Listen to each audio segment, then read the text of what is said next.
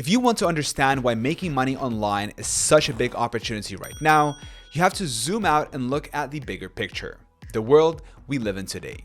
The internet hasn't just changed how we talk to each other or how we entertain ourselves.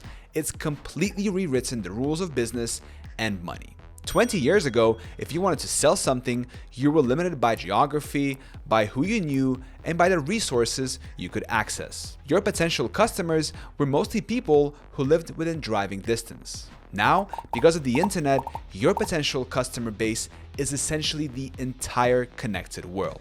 Billions of people, all just a few clicks away. That's not just a bigger audience, it's an entirely different game. The global digital economy is the term people use to describe all the economic activity that happens online. Everything from buying and selling products, to streaming music, to booking a ride on an app, to advertising on social media. Right now, it's worth tens of trillions of dollars, and it's growing every single year. Even more importantly, it's growing faster than the traditional offline economy. That means more and more of the world's money is moving through the internet instead of through physical stores, paper-based systems, or old-school business models. Every time someone chooses to order groceries through an app instead of driving to a supermarket, or watches a movie on a streaming service instead of buying a DVD, or pays for an online course instead of attending an in-person workshop, that's another transaction that's shifted into the digital economy. This shift isn't slowing down, it's accelerating. Every year, more people around the world get access to the internet for the first time. In developing countries, smartphones are often the very first computer people ever own.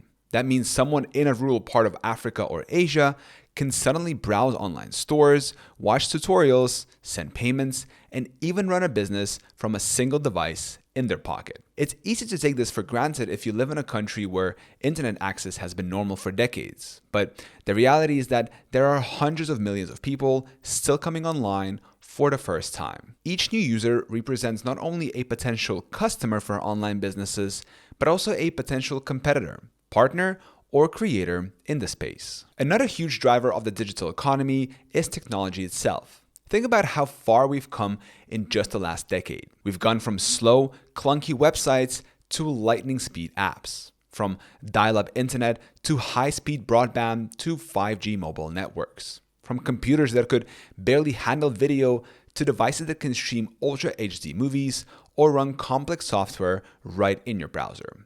Every one of these leaps makes it easier and cheaper to start and run an online business. You don't need a giant corporate office or a warehouse to reach millions of people anymore. You can work from your kitchen table and still have the same reach as a major company did 20 years ago. And then there's the way people's habits have changed. A whole generation has grown up with the internet as a normal part of life. They're comfortable buying things online without thinking twice about it. They're happy to pay for digital goods that don't even exist in the physical world. Things like in-game items, downloadable templates, or access to a private membership community. The idea that you need to touch something before you buy it is fading fast. For many younger consumers, their phone is their main shopping mall, their main entertainment hub, and their main source of information. If you can put your product, service, or content in front of them there, you've got their attention in the exact place they already spend hours a day. The size of the digital economy also creates opportunities and niches that could never have existed in the offline world. Let's say you want to sell a very specific product. For example, custom accessories for a rare type of camera. In a small town, there might be only a handful of people who own that camera, so you'd never have enough customers to make it work. But online, you can reach every single owner of that camera worldwide. Suddenly, what was too niche to survive locally becomes a profitable business globally. And that is one of the biggest secrets of making money online. You don't have to be everything to everyone. You can find a small but passionate audience and serve them better than anyone else. It's also worth talking about how the internet has leveled the playing field in terms of access. Before, big companies had huge advantages. They could outspend small businesses on marketing, distribution, and product developments. Now, a single person with a good idea can compete with, and sometimes beat, giant corporations. Social media allows you to get attention without paying for TV ads. Search engines let your tiny website show up alongside the biggest brands if you know how to optimize it. Marketplaces like Amazon, Etsy, and Fiverr put you in front of millions of ready-to-buy customers without you having to build your own audience from scratch. And if you have a truly great offer, word of mouth can spread faster than ever before thanks to shares, reposts, and online reviews. Another layer to understand is that the digital economy isn't just about selling products. It's also about creating, sharing, and trading value in ways that don't always involve money directly. Data, for example, has become one of the most valuable assets in the world.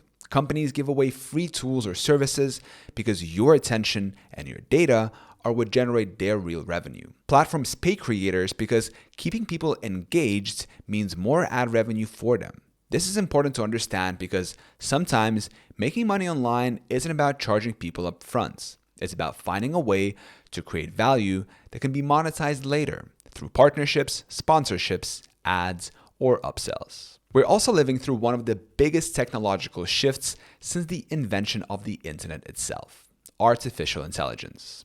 AI is already changing how businesses operate, making it faster and cheaper to create content, analyze trends, provide customer support, and even build products. It's like having a team of experts working for you around the clock, but at a fraction of the cost. In the next few years, AI will become as normal a part of online business as email or social media. Those who learn to use it early will have a massive advantage over those who ignore it. The bottom line is this: the global digital economy is massive. It's growing and it's becoming more deeply integrated into people's lives every single day.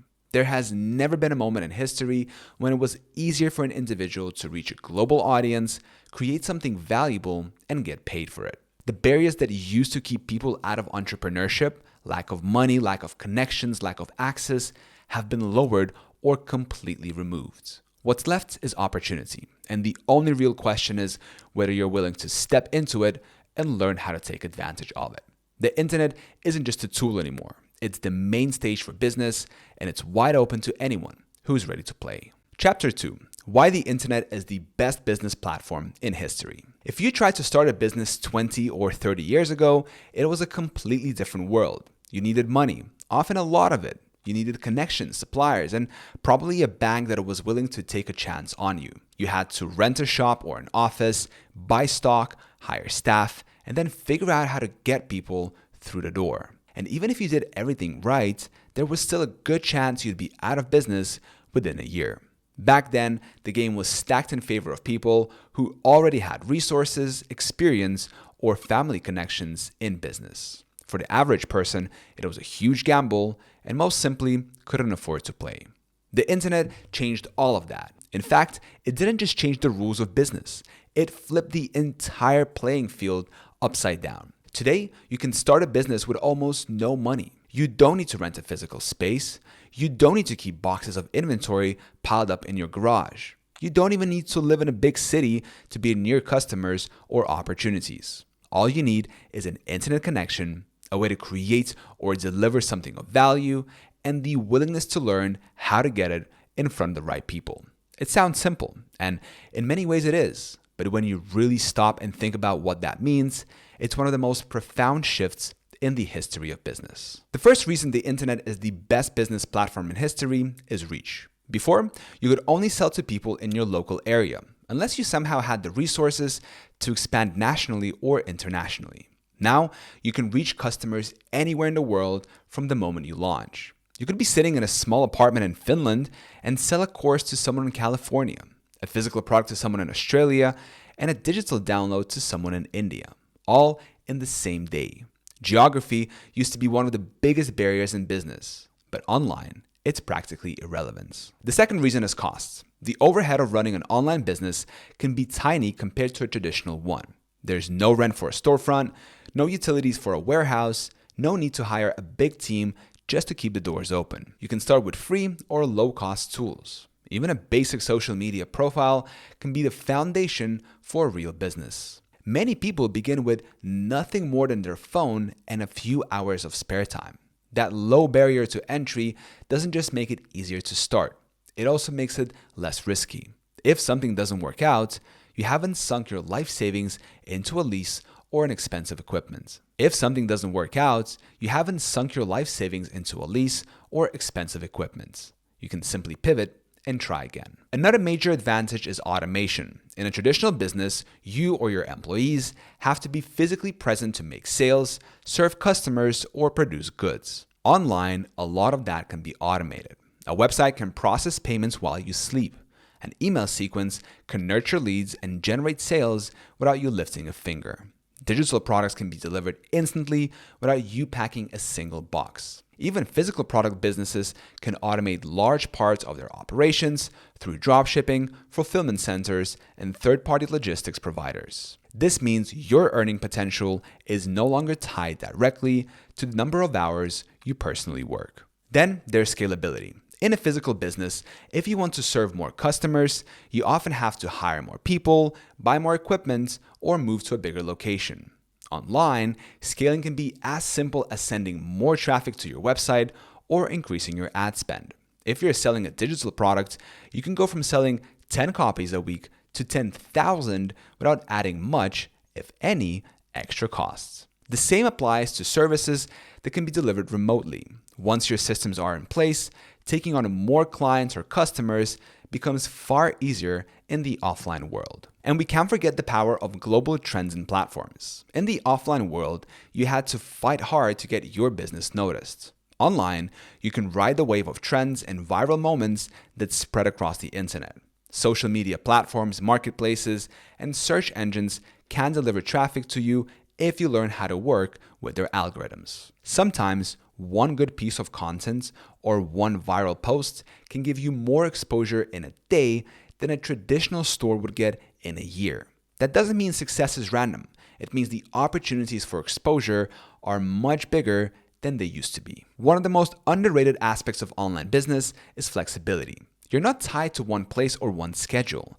You can work from anywhere with an internet connection. You can set your own hours, take your business with you when you travel, and design your work around your life instead of the other way around. This isn't just about freedom for the sake of it. It also means you can keep running your business through life changes, relocations, or even global events that would shut down a traditional storefront. But maybe the most powerful thing about the internet as a business platform is the way it rewards individuals who understand value and attention. You don't have to be the biggest, the oldest, or the most established to win. You just have to understand your audience, offer them something they truly want, and make it easy for them to say yes. The tools that allow you to do this, websites, emails, social media, payment processors, are available to anyone. That kind of democratization of business has never existed before in human history. This is why so many million-dollar businesses today were started by people working from home with nothing more than a laptop. The internet removes so many of the traditional barriers that used to keep people from even trying. Of course, that also means there's more competition because the same low barriers apply to everyone else too. But competition is only a problem if you're doing exactly what everyone else is doing. The internet moves quickly and new opportunities pop up constantly. If you understand the fundamentals of creating and delivering value and you're willing to adapt, you can stay ahead of the curve. The truth is, the internet isn't just a good place to start a business. It's the best place in history. It's faster, cheaper, and more accessible than any platform that came before it. It's a level playing field where creativity, problem solving, and persistence matter more than money or connections. The only question is whether you are going to take advantage of it or let someone else grab the opportunities that are out there right now.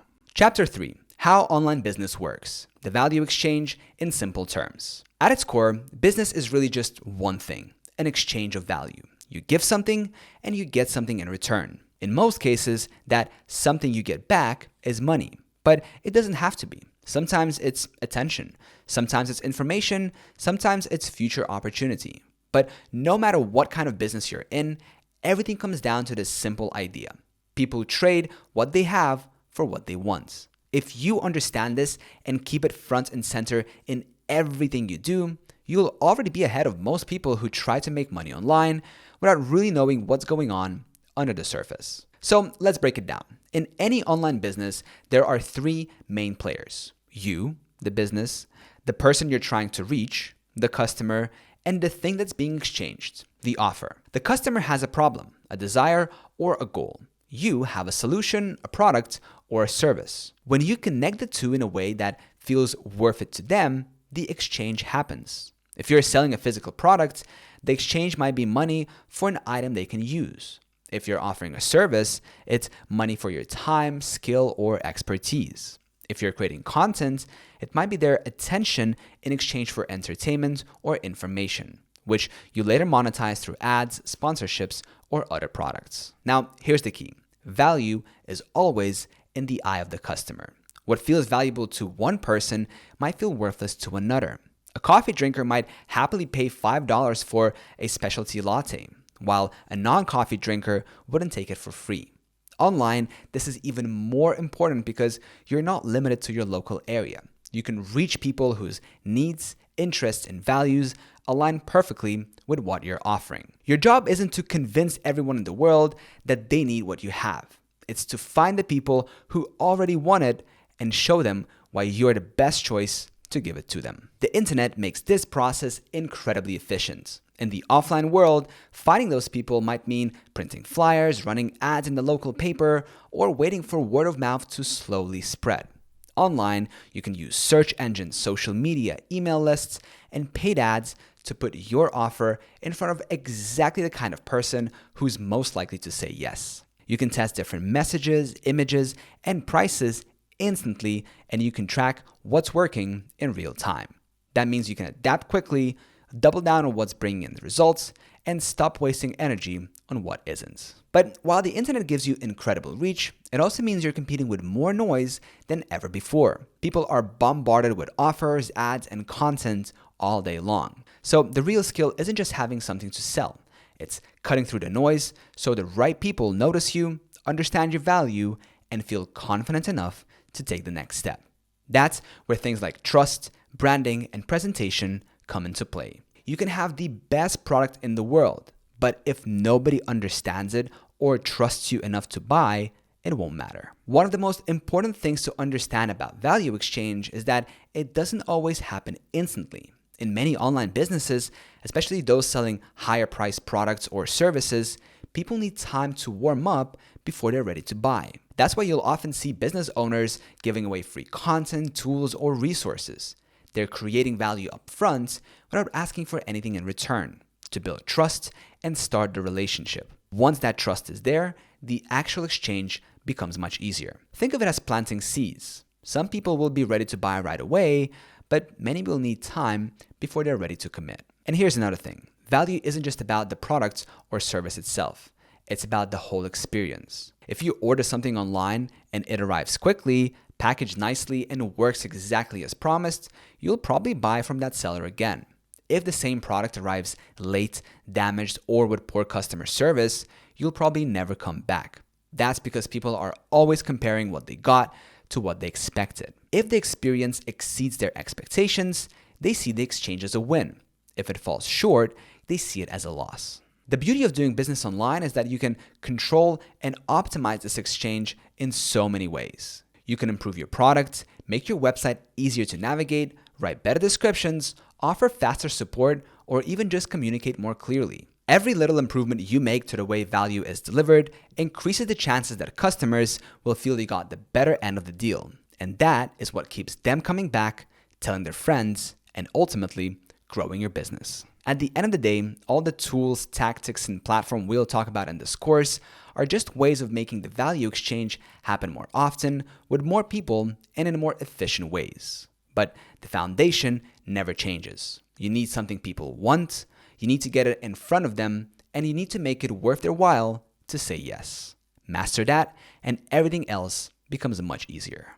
Chapter 4, Business Model Decision Matrix. One of the biggest mistakes people make when they decide they want to start an online business is jumping into the first model they hear about without thinking it through. They see a YouTube video about dropshipping and decide that's the way. Or they read a blog post about someone making money with affiliate marketing and instantly try to copy it. The problem is, not every business model fits every person. What works good for one person can be a complete nightmare for someone else. Not because the model is bad, but because it doesn't match their skills, resources, or goals. And this is where the business model decision matrix comes in, a way to step back and logically choose the right path instead of just chasing whatever's trending. Think of a business model decision matrix as a filter. On one side, you've got all the different ways you could make money online. E-commerce, freelancing, agencies, affiliate marketing, digital products, SaaS, content creation, and so on. On the other side, you've got your personal situation, how much money you can invest, how much time you have, what skills you bring to the table, and what you want your lifestyle to look like. The goal is to match these two sides in a way that makes sense, so you're not fighting uphill battles that could have been avoided. Let's start with resources, both time and money. If you've got more time than money, you'll probably want a model that lets you invest sweat equity instead of cash. Content creation, freelancing, or building a service-based business are all examples where you can start with almost nothing but your own effort. If you've got more money than time, you might look into something more capital intensive, like paid traffic or an e-commerce store, or outsourcing content production for an authority site. If you've got very little of either, you'll need to focus on models that are extremely lean at the beginning, like selling your skills as a freelancer or starting with a simple, low-cost digital product. Next, think about your skills and strengths. Are you a great communicator? You might do well in coaching, consulting, or creating educational content. Are you analytical and detail-oriented? You might enjoy building niche websites, running ads, or working with data-driven businesses. Are you creative and design-focused? E-commerce with custom products or branding-heavy content creation might be your lane. If you're more technical, software or automation-based businesses could be a great fit. The key here is to pick something that feels natural to you. You can learn new skills, of course, but if the entire model depends on something you dislike doing, you'll burn out fast. Then there's lifestyle. This is one most people ignore, but it's critical. Do you want a business that's location independent so you can travel? Do you want something that's mostly passive once it's set up? Or do you prefer a model where you're actively working and engaging every day? Do you want to work alone or manage a team? Some models naturally lead to more day-to-day involvement, while others are easier to automate. For example, running a high-ticket service agency can be extremely profitable, but it often comes with client calls, deadlines, and people to manage. Running an affiliate website can be slower to start, but can eventually run with minimal daily oversight. You should also consider scalability. Some models can only grow so far before you hit a wall. A freelancer who charges by the hour cannot work more than 24 hours a day, so their income is capped unless they turn it into an agency or create products. E-commerce stores and digital products, on the other hand, can scale massively because you're not limited by your personal time. SaaS businesses can be even more scalable because the cost of delivering to 100 customers isn't much higher than delivering to 10. If your long-term goal is a large, high-revenue business, you'll want a model that can scale without multiplying your workload. And of course, there's the risk factor. Every business model carries some risk, but the type and level of risk can vary widely. Relying on a single platform, like only selling on Amazon or only getting traffic from TikTok, can be dangerous because if that platform changes the rules, your business can disappear overnight. Now, on the other hand, building your own email lists, brand, and multiple sources of traffic can protect you. Some models are also more financially risky than others. Buying inventory for an e-commerce store upfront is riskier than starting a service business where you only work after being paid. When you put all these factors together, resources, skills, lifestyle, scalability, and risk, you can start to see which models naturally fit you and which don't. For example, if you have strong design skills, $500 a month to invest, want location independence, and are comfortable with a long ramp-up period, starting a print-on-demand e-commerce store might make sense. If you're analytical, have $5,000 to invest, want fast results, and are okay with managing a team, running paid ads for local businesses as an agency might be a better fit. The point of the decision matrix isn't to tell you there is only one right model. It's to stop you from wasting months or years on something that's wrong for you from the start. Too many people fail not because they're lazy or not smart enough, but because they picked a game they were never equipped to win. When you choose the right model for your situation, your strengths start working for you instead of against you, and you're far more likely to stick with it long enough to see results. Now, before we move on, take a few minutes to think about your own situation. How much time and money can you realistically commit? What skills do you already have, and which ones would you enjoy learning? What do you want your daily life to look like once your business is up and running? Keep those answers in mind because they will guide you not just in picking your model, but in making every major decision that follows. This isn't about finding the easiest path. It's about finding the smartest one for you. Chapter number 5, understanding the language of business. One of the things that can trip people up when they first start learning about making money online is the language. Business, like any field, has its own vocabulary, and sometimes it feels like people are speaking in code. You'll hear terms like ROI, margins, conversion rate, CAC, LTV, and organic reach. And if you don't already know what they mean, it's easy to feel lost or even a little intimidated. The truth is, these are not complicated concepts, but they sound complicated until someone explains them in plain English. And if you want to play this game seriously, you need to speak the language of business. You don't need to sound like an MBA, but you do need to understand what people are talking about so you can make smart decisions and avoid costly mistakes. Let's start with profit. It sounds basic, but you'd be surprised how many people confuse revenue with profit. Revenue is the total amount of money your business brings in. Profit is what's left after you subtract all the costs of running your business. Things like product costs, advertising, tools, payment fees, and taxes. You can have high revenue and still be broke if your costs are too high. That's why profit margins are important. They tell you how much of each dollar you keep after expenses. A 50% profit margin means that for every $1 you earn, 50 cents stays in your pocket after costs. Then there is ROI, return on investments. This is how much you get back compared to what you put in. If you spend $100 on ads and make $300 in sales, your ROI is positive because you earned more than you spent. If you spend $100 and make $50, your ROI is negative. You lost money.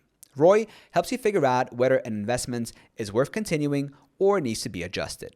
It's not just for ads. You can apply ROI thinking to almost anything in business, from hiring staff to buying software. Another term you'll hear a lot in business is conversion rate. This is simply the percentage of people who take a specific action you want them to take. If 100 people visit your website and 5 of them buy something, your conversion rate is 5%. If you change your website so that 10 people buy, your conversion rate has doubled, even if your traffic hasn't changed. This is why improving conversions can be just as powerful as getting more visitors. CAC, or customer acquisition cost, is exactly what it sounds like. How much it costs you to get one paying customer. If you spend $500 on ads in a week and get 10 new customers, your CAC is $50. Knowing this number is critical because it helps you figure out if your business model is sustainable. If it costs you $50 to get a customer, but you only make $40 in profit from them, you either need to lower your CAC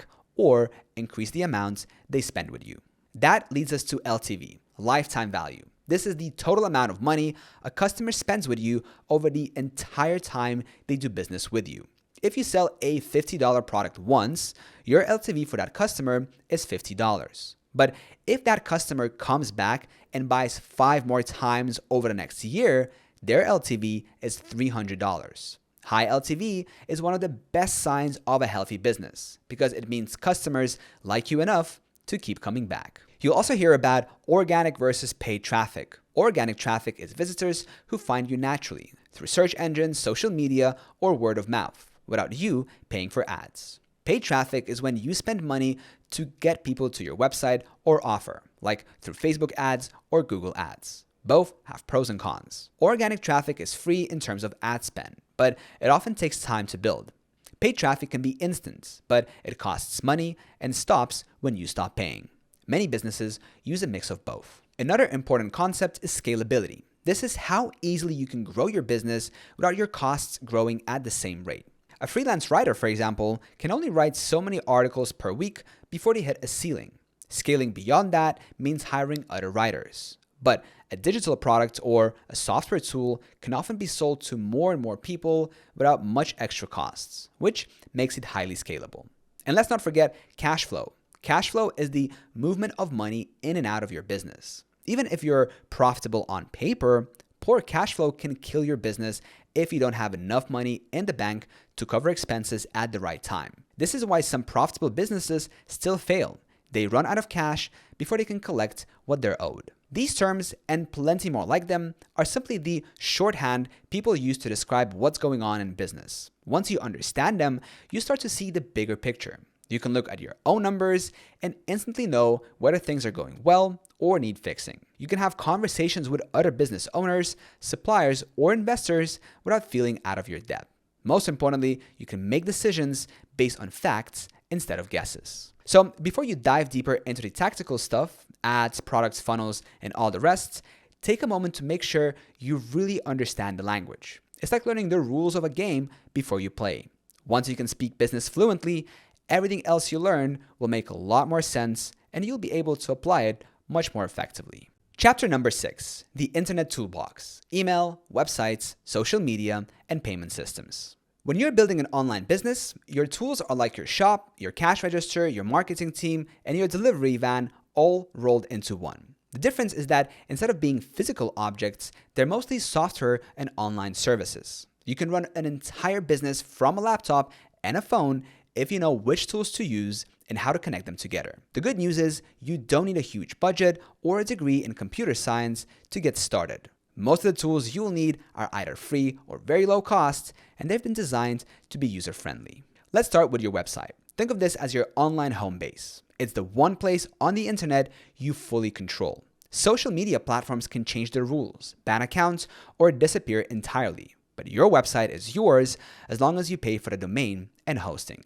At its simplest, your website can be a single page that explains who you are, what you offer, and how to get it. As your business grows, it can become a full online store, a blog, a portfolio, or even a platform for delivering your products and services. Tools like WordPress, Wix, Squarespace, and Shopify make it easy to create a professional-looking site without needing to know how to code. Next is email. A lot of beginners overlook email because it feels old-fashioned compared to social media, but it's still one of the most powerful tools in online business. When someone gives you their email address, it's like they're inviting you into their personal space, their inbox. Social media algorithms decide who sees your posts, but with email, you can reach your audience directly. Email is where you can build trust, share valuable content, and make offers that lead to sales. Services like MailChimp, ConvertKit, and ActiveCampaign make it easy to set up email lists, create automated sequences, and track results. Then there's social media. Platforms like Instagram, TikTok, YouTube, LinkedIn, and Facebook are where you can find and engage with new people. Each platform has its own style and audience, and you don't need to be on all of them at once. The key is to pick the ones that match your audience and your strengths. If you're great on video, YouTube or TikTok might be your best bet. If you prefer writing, LinkedIn or X could work better. Social media is great for attracting attention and starting relationships. But remember that your ultimate goal is usually to move people from your social media to your website or email lists, where you have more control.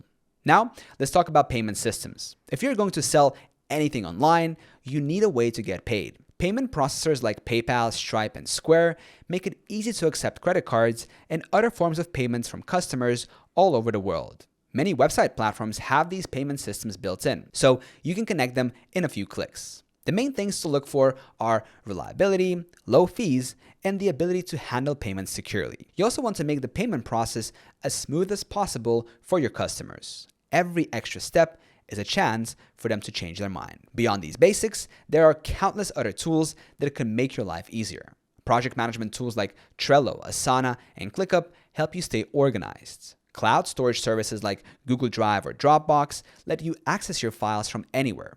Design tools like Canva make it simple to create professional graphics without hiring a designer. Analytics tools like Google Analytics or built-in platforms analytics show you what's working and what's not, so you can make better decisions. The beauty of the Internet Toolbox is that most of these tools work together. Your website can capture email addresses and send them straight to your email marketing platform. Your social media can send traffic to your site.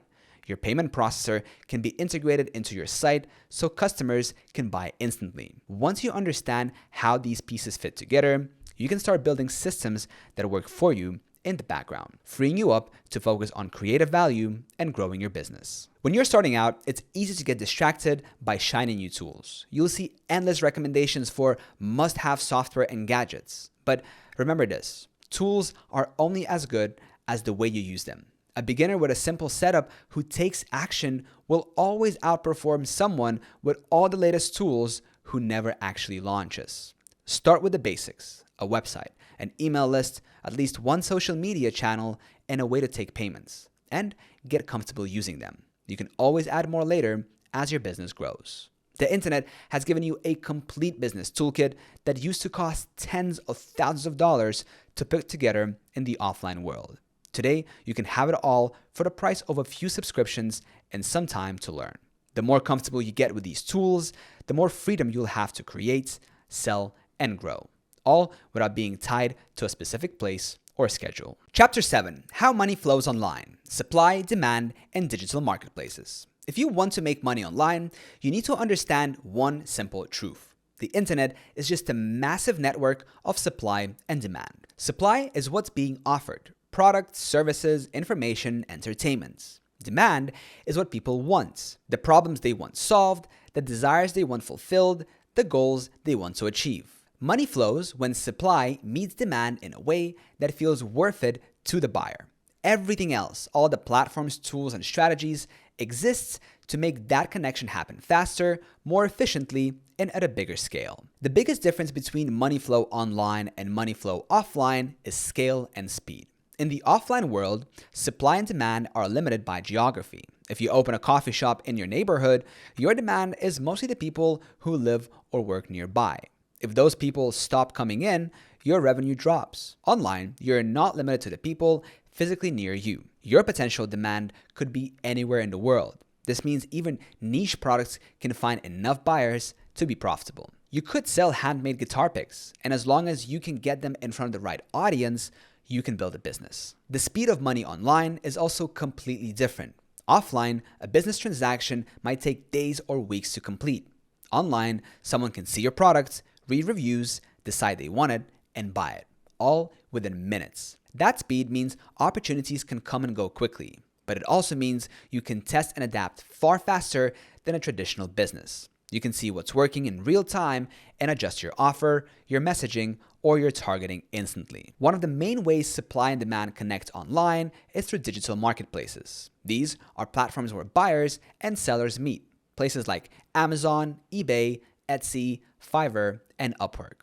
The benefit of using a marketplace is that the demand is already there. Millions of people visit these platforms every day looking to buy something. You don't have to go out and find every customer from scratch. The marketplace brings them to you. The trade-off is that you're playing by the platform's rules, and they often take a cut of your revenue.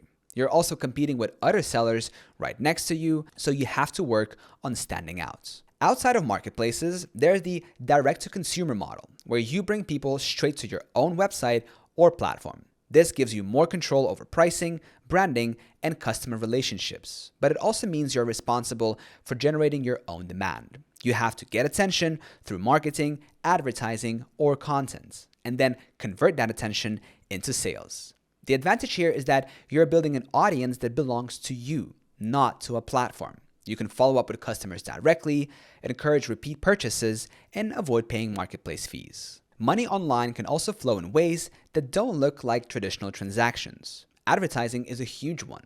Companies pay to put their message in front of potential customers, and platforms or content creators get paid for giving them that access. If you run a blog, a YouTube channel, or even a social media page with a large following, you can make money just by letting advertisers reach your audience. Affiliate marketing works in a similar way, but instead of selling ad space, you promote someone else's product and get a commission on any sales you help generate. Subscriptions and memberships are another way money flows online. Instead of a one-time transaction, customers pay on a recurring basis for continued access to a product, service, or community. This could be software, a monthly box of physical products, a premium content library, or a private group with exclusive benefits. This model is powerful because it creates predictable, recurring revenue. The more people you add, the more your income compounds over time. Even free products and services can be part of the money flow if they lead to monetization through another channel. A free app might make money by showing ads or offering premium upgrades. A free newsletter might promote paid courses or products. The key here is understanding that value can be delivered first, and monetization can happen later. In some cases, giving away something for free can actually generate more revenue in the long run than charging for it upfront. At the heart of all these models is the simple principle: find where the demand is, match it with supply, and make the exchange as easy and appealing as possible. The internet gives you endless ways to do this, but the most successful businesses are the ones that deeply understand their market, who their customers are, what they want, and what will make them say yes. If you can consistently be the bridge between what people want and the solution they're willing to pay for, you will never run out of ways to make money online. Chapter 8: Freelancing and Agencies, Selling Your Skills for Cash. One of the fastest ways to start making online is to sell what you already know how to do. This is freelancing in its simplest form. You offer a skill or service, someone pays you for it, and you deliver the work. No inventory, no complicated tech setup, and no need to build a huge audience before you start earning. If you can do something that solves a problem or saves someone time, you can get paid for it. And the beautiful thing is, you don't need to be the best in the world at what you do. You just need to be good enough to help the client achieve their goal. Freelancing is about trading your time and skills for money, usually on a project-by-project basis. This could be anything from writing blog posts, designing logos, editing videos, building websites, managing social media accounts, doing voiceovers, creating marketing campaigns, or handling admin tasks. There are people and businesses all over the world who are looking for help with these things right now. The internet connects you to that demand instantly through platforms like Upwork, Fiverr, and Freelancer, or even by networking on LinkedIn, Facebook groups, or industry forums. One of the big advantages of freelancing is speed. If you've got a skill you can market, you can sign up for a freelance platform today, create a profile, and potentially start getting clients within days. You don't need to invest in stock, run ads, or build a website right away, though having one eventually will help. You can start small, prove you can deliver, and use that momentum to grow. Many successful online entrepreneurs started as freelancers, using the income to fund other ventures or eventually turning their freelance work into a bigger business. The next step up from freelancing is running an agency. An agency is basically freelancing on a larger scale. Instead of just selling your own time, you bring in other people to handle the work, and you focus on managing the projects and getting clients. This lets you take on more work without hitting the limit of how many hours you can personally work in a week. For example, if you're a web designer, you could start by building sites yourself. As demand grows, you hire other designers, a copywriter, maybe a project manager, and suddenly you're not just selling your skill. You're running a team that can deliver a complete service package. Agencies can be much more scalable and profitable than solo freelancing, but they also come with more responsibility. You need to manage people, maintain quality control, and make sure clients are happy even if you're not personally doing the work. You also take on the risk of paying your team even when a client is late with payments or a project takes longer than expected. That's why many freelancers choose to stick to solo work until they have a steady stream of clients and a solid system for finding new ones. Whether you stick with freelancing or build an agency, the key to success is positioning yourself in a way that makes clients see you as valuable. If you're competing purely on price, you'll always be in a race to the bottom, trying to undercut others. Instead, focus on results. Show examples of your work, share testimonials, and make it clear what kind of problems you solve. A business owner doesn't hire a social media manager because they want more posts.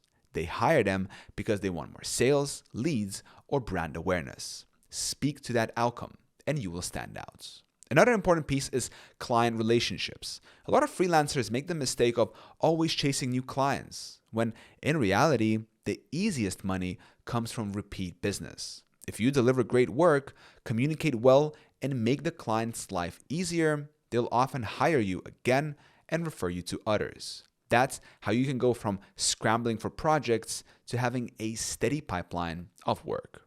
Freelancing and agency might not have the passive income appeal of some other online business models, but they have one big advantage. They can start generating cash quickly, and they teach you valuable skills you can use anywhere. You learn how to manage projects, talk to clients, price your work, and deliver results, all of which are transferable to any business you might start later. And unlike building a store or a blog that might take months to earn a profit, freelancing can put money in your account next week if you play it right.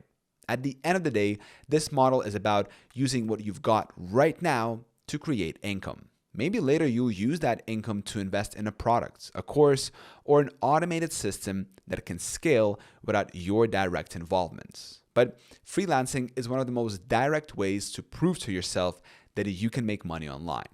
Because once someone, somewhere in the world, pays you for your skills over the internet, you've broken through the biggest mental barrier. You're in the game. Chapter 9. E-commerce and physical products. Selling tangible goods online. When most people think about making money online, e-commerce is one of the first things that comes to mind. This is the business of selling physical products over the internet. Anything from books and electronics to handmade crafts and clothing. It's one of the most visible online business models because, well, we all interact with it every day, whether we're buying something from Amazon, browsing a brand's online store, or ordering directly from a small shop halfway across the world. The idea is simple. You have a product, someone wants it, and the internet connects the two. But as with anything in business, the way you do it can make all the difference. There are several main approaches to selling physical products online. The most traditional is holding inventory yourself. You buy products in bulk from a manufacturer or wholesaler, store them somewhere, and ship them to customers when they order. This gives you full control over quality, packaging, and delivery times. But it also means you need to invest upfront in stock and deal with the logistics of storage and shipping. If you get it right, the margins can be good, but you also take on more risk if the products don't sell as quickly as you hoped. A popular alternative is dropshipping. In a dropshipping business, you don't keep the products in stock yourself. Instead, when someone orders from your store, you buy the product from a supplier who ships it directly to the customer. This model eliminates the need for storage space and big upfront inventory costs, making it much more beginner-friendly. The trade-off is that you have less control over shipping times and quality, and your margins are usually smaller. Dropshipping can be a great way to start learning e-commerce without heavy risk. But if you want to build a long-term brand, you'll probably need to move toward holding inventory or using more reliable fulfillment partners. Then there's print on demand, which is like a more specialized form of dropshipping. With print on demand, you create custom designs, for example, t-shirts, mugs, posters, or phone cases. And then a third-party company prints and ships them when an order comes in. This model is great for creative entrepreneurs because you can turn your designs into products without worrying about production or stock. It's also low risk since you don't pay for anything until you've already made a sale. The downside is similar to dropshipping. You rely on a third party for quality and delivery. For those who want more control but don't want to ship products themselves, there is third-party fulfillment. This is where you send your products to a fulfillment center like Amazon FBA or a dedicated logistics company, and they handle storage, packing, and shipping for you. This model gives you the benefits of holding inventory and controlling your brand without having to run a warehouse yourself. It's especially useful if you want faster shipping times or are selling on marketplaces where speed is a competitive advantage. One of the biggest advantages of e-commerce is that it's incredibly flexible in terms of what you can sell. You can focus on mass market products with broad appeal, or you can go after a very specific niche. In fact, some of the most successful e-commerce stores don't sell hundreds of different products. They sell just a few, but they're the absolute best in their category. The internet allows you to find customers for almost anything. So instead of trying to compete with giants like Amazon in every category, it's often smarter to specialize and dominate smaller segments. Marketing is everything in e-commerce. You could have the best product in the world, but if no one sees it, you won't sell anything. Some stores get traffic through search engine optimization, making sure their product pages show up when people search on Google. Others rely on paid ads through Facebook, Instagram, TikTok, or Google Shopping to get instant visibility. Many combine these two with content marketing, influencer partnerships, and email campaigns to build a loyal customer base. The key is to understand where your potential customers are spending their time online and how to get in front of them with a message that makes them want to click buy. E-commerce also teaches you about the full customer journey, from the moment someone first hears about your product to the moment it arrives at their door and beyond. Things like product descriptions, photography, reviews, and even the unboxing experience can make a huge difference in whether someone comes back or recommends you to others. This is why building a brand is so important. Competing on price alone is a race to the bottom, but a strong brand with a loyal audience can charge more and sell more consistently. Of course, like any business model, e-commerce has challenges. You need to deal with shipping costs, returns, and customer service. Competition can be fierce, especially for trending products. And if you rely heavily on one supplier or one marketing channel, you're vulnerable if something changes. But the upside is, of course, massive. People are spending more online every year, and once you understand how to match the right product with the right audience, you can sell to anyone, anywhere. For many entrepreneurs, e-commerce is their entry point into the online business world because it's tangible and straightforward. You're selling something people can hold in their hands, and when you get that first sale, it's a rush that proves you can make money on the internet. From there, you can expand into more products, improve your systems, and even create your own unique items. The possibilities are endless, and the market is growing. If you can combine a great product with great marketing and a smooth customer experience, you will have a business that can grow as big as you want it to. Chapter 10, Digital Products, High Profit, Scalable Income. If physical products are about selling things people can touch, digital products are about selling things people can download, access, or experience online. And here's why so many entrepreneurs love them. Once you create a digital product, you can sell it again and again without having to produce it over and over. There's no inventory to store, no boxes to ship, and no production line to manage. You make it once, and you can deliver it instantly to anyone in the world at almost zero cost. That combination of low overhead and high scalability is why digital products have some of the best profit margins in the entire online business world. A digital product can be almost anything that can be delivered through the internet. It could be an ebook, an online course, a set of templates, a piece of software, a music track, stock photos, a design asset, or even access to a paid membership site. The beauty of digital products is that they can be tailored to your skills and your audience's needs. If you know how to teach something, you can create a course. If you're a designer, you can create templates or graphics. If you're a coder, you can build a small app or tool. The possibilities are only limited by your creativity and the value you can provide. One of the biggest advantages of digital products is that you can start small and scale up. You don't need to create a massive course or a 300-page ebook on day one. You could start with something as simple as a short guide, a 5-template pack, or a mini training. Because digital products don't require physical production, you can launch quickly, test the market, and then expand or improve based on feedback. This means less risk and faster learning because you'll know early on whether your product is something people actually want. Marketing for digital products works a little differently from physical products. You can't rely on someone picking it up in a store or seeing a photo of it in their social feed. You need to make the value crystal clear in your messaging. People need to believe that your digital products will help them achieve something specific, whether that's learning a new skill, saving time, solving a problem, or getting a better results. Your sales page, your emails, and your content should all work together to paint a picture of the transformation they'll get after buying. Because digital products have such high margins, you can also be more flexible with your pricing and promotions. You can run discounts, bundle products together, or even give away smaller products for free to build your audience and then upsell them to bigger offers. Many successful online entrepreneurs use what's called a value ladder, starting with a low cost or free product to attract people, then offering more expensive, higher value products as the relationship grows. This can work especially well if you have multiple products that complement each other. Another thing that makes digital products powerful is automation. Once you've set up your sales system, people can discover your product, buy it, and get access without you having to be involved in the process. You can sell while you sleep, literally. Email marketing, social media content, and ads can keep driving new customers into your system around the clock.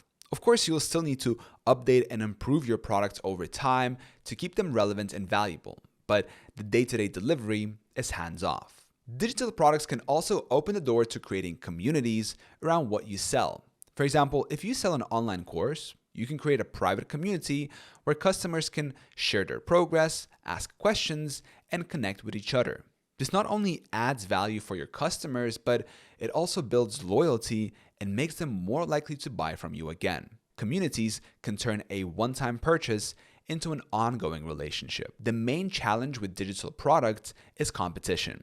Because they're so easy to create and deliver, lots of people are selling them. That means you have to stand out, either by creating something uniquely valuable, presenting it in a way that connects with your audience, or marketing it more effectively than others. You can't just throw together a generic ebook and expect it to sell. You need to put real thought into who it's for, why they'd want it, and how it will genuinely make their life better. For many entrepreneurs, digital products are the ultimate business model because they combine creative freedom, high margins, and scalability. You can run a digital product business from anywhere, with almost no overhead, and potentially reach customers all over the world. And because your time isn't tied to delivery in the same way it is with services, you can focus on creating more products, improving your marketing, and growing your audience. If you can figure out what your market really needs and create a digital product that delivers that value, you've got a business that can scale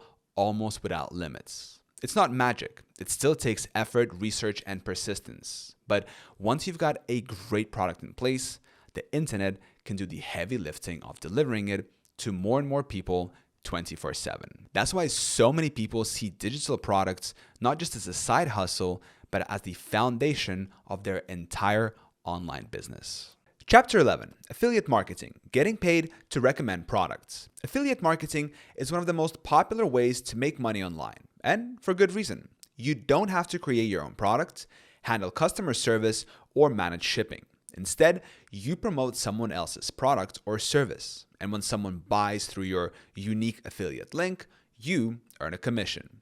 It's a simple concept, but when done right, it can become a highly profitable and scalable business model. The reason affiliate marketing works so well is that companies are always looking for ways to get more customers. They could spend money on ads themselves, but by working with affiliates, they only pay when a sale is made. That makes it low risk for them and potentially high reward for you. Your job as an affiliate is to connect the right audience with the right product and give them a reason to buy through your link instead of someone else's. One of the best things about affiliate marketing is flexibility. You can promote products you personally use and believe in, or you can research and recommend products that your audience needs. You can focus on a single product or build an entire business around reviewing and comparing multiple products in a niche. This could be software, online courses, physical products, subscription boxes, or just about anything else you can buy online. There's an affiliate program for almost every industry you can imagine, from tech and business tools to beauty products and pet supplies. Getting started with affiliate marketing usually begins with choosing your niche. You want to pick an area where there is both demand and products with decent commissions. For example, software often has higher commissions and recurring payments, meaning you get paid every month a customer stays subscribed.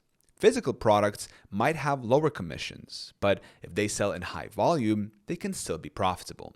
The key is to find a balance between products people want, commissions worth your effort, and a topic you can consistently create content about. Once you've chosen your niche and signed up for relevant affiliate programs, the next step is creating content that promotes those products in a way that feels genuine and valuable. This could be blog posts, YouTube videos, TikTok reviews, email newsletters, or social media posts. The best affiliate marketers focus on helping their audience make a decision rather than just pushing a product. They explain the benefits, answer common questions, compare options, and show real-world results. People can sense where you're only in for the commission, so the more you can build trust, the more sales you'll make. Traffic is the lifeblood of affiliate marketing. You can have the best content in the world, but if no one sees it, you won't make any sales. Many affiliates use search engine optimization to get their content to rank on Google, so it keeps bringing traffic over time.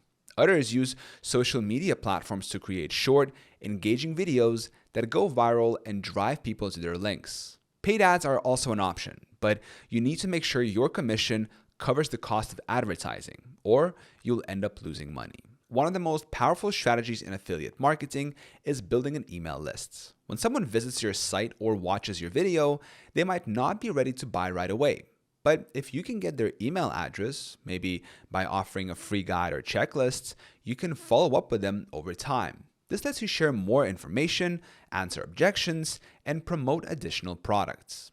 Email marketing turns one-time visitors into long-term subscribers who can buy from you again and again. Affiliate marketing does have its challenges. Competition can be high, especially for popular products. Some platforms have strict rules about how you can promote their products. And because you're promoting someone else's products, you don't control the pricing, the branding, or the customer experience. If the company changes its commission structure or stops its program, your income can be affected. That's why it's smart to diversify by promoting multiple products and working with more than one affiliate program.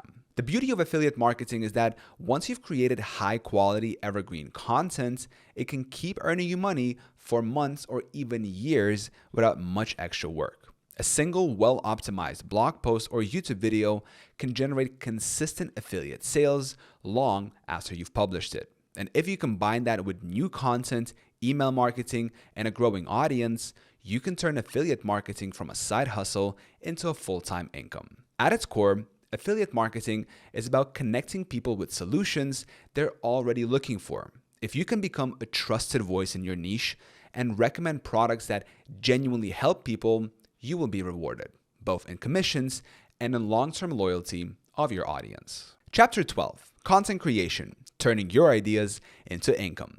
Content creation is one of the most exciting and creative ways to make money online. And it's a model that didn't even exist in its current form just a couple of decades ago.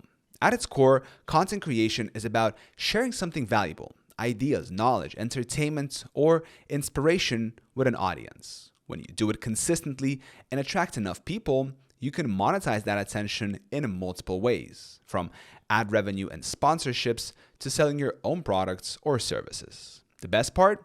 You can build a content-based business around almost any topic you're passionate about. The starting point for any content creator is choosing a platform and a format. You might make videos for YouTube, short clips for TikTok or Instagram Reels, written posts for a blog or LinkedIn, podcasts for Spotify and Apple Podcasts, or even long-form threads on X. The right platform depends on your strengths and your audience. If you're good on camera, video might be your best bet.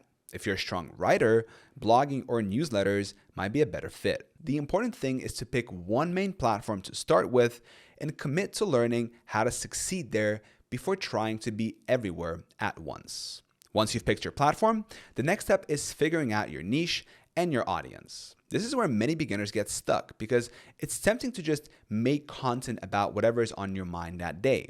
While that can work for personal brands with an already established following, most creators need to focus on a clear topic that solves problems or entertains a specific group of people. The narrower your focus at the beginning, the faster you can grow because your audience will instantly know what to expect from you. Over time, as you build a loyal following, you can branch out into broader topics. The engine of content creation is consistency. One good post or video might get attention, but It's the steady stream of valuable content that builds trust and a loyal audience. The more you publish, the more chances people have to discover you.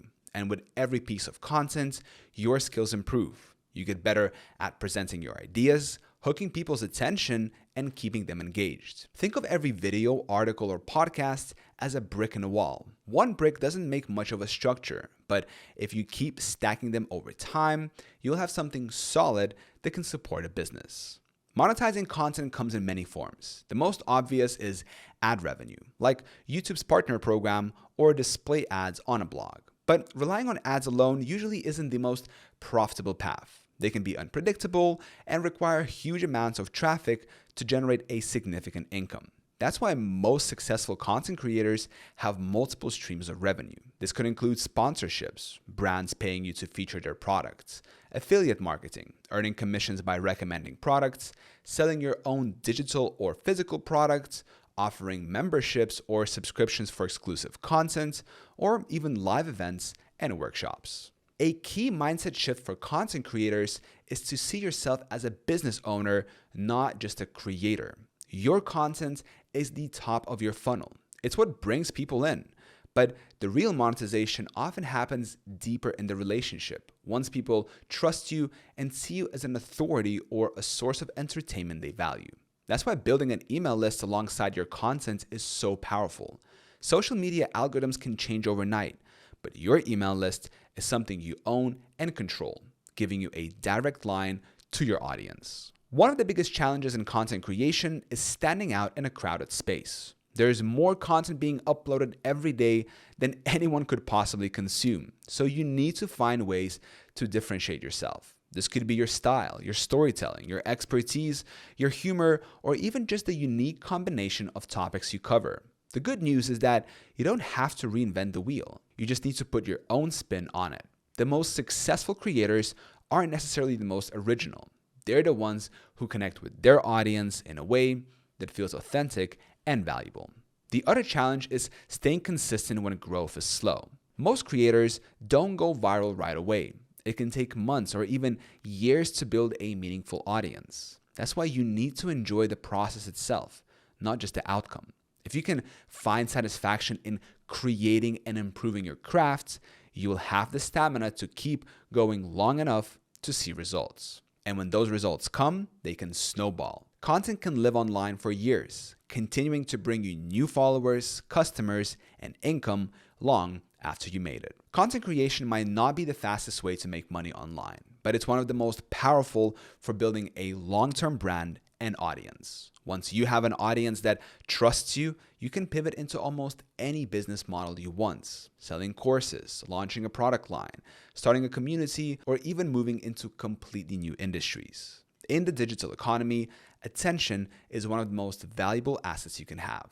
And as a content creator, that's exactly what you're building. Chapter 13, SaaS and software businesses, building tools people pay for every month. SaaS stands for Software as a Service, and it's one of the most profitable and scalable business models on the internet today. Instead of selling a product once, SaaS businesses provide a tool or service online that people pay for on a recurring basis, usually monthly or annually. Think about tools like Zoom, Dropbox, Canva, or project management platforms like Trello and Asana. You don't just buy them once and own them forever. You pay to keep using them. That recurring revenue is what makes SaaS so attractive, because once you have customers, you start each month with income already coming in before you make a single new sale. The basic idea is simple. Create software that solves a specific problem for a specific group of people, and make it available online. Instead of installing it on their computer, users log in through their browser or an app. This makes it easier for them because they can access it from anywhere, and easier for you because you can update and improve the software instantly for all users without them needing to download anything. The global shift toward cloud-based tools means more and more businesses and individuals are comfortable paying for software this way. One of the biggest advantages of SaaS is scalability. Once you've built the product, the cost of adding more users is relatively low. Whether you have 100 users or 10,000, you're not producing physical goods or shipping anything. You're just giving people access to the software you've already created. This means your profit margins can grow dramatically as your customer base grows. Combine that with recurring payments, and you can build a business that's predictable, stable, and valuable in the long run. Of course, creating software can sound intimidating if you're not a developer, but the truth is, you don't always need to code it yourself. Many successful SaaS founders aren't technical at all. They come up with the idea, define what the product needs to do, and then hire developers to build it. You can find freelance developers, partner with a technical co-founder, or even use no-code tools like Bubble or Glide to create functional software without writing a single line of code. What matters most is identifying a clear problem that people are willing to pay to solve. The key to SaaS success is solving a pain point that's urgent and important enough for people to spend money on every month. This could be helping businesses save time, increase sales, manage projects, handle customer relationships, or comply with regulations. It could also be something for individuals, like budgeting apps, fitness trackers, or language learning platforms. The more specific and valuable the problem you solve, the easier it will be to attract and keep paying customers. Marketing a SaaS product usually focuses on showing potential customers exactly how your tool will make their life or work better. Free trials, demos, and freemium models, where users can access basic features for free and pay for advanced ones, are common strategies. The idea is to let people experience the value firsthand so that continuing to pay feels like an easy decision.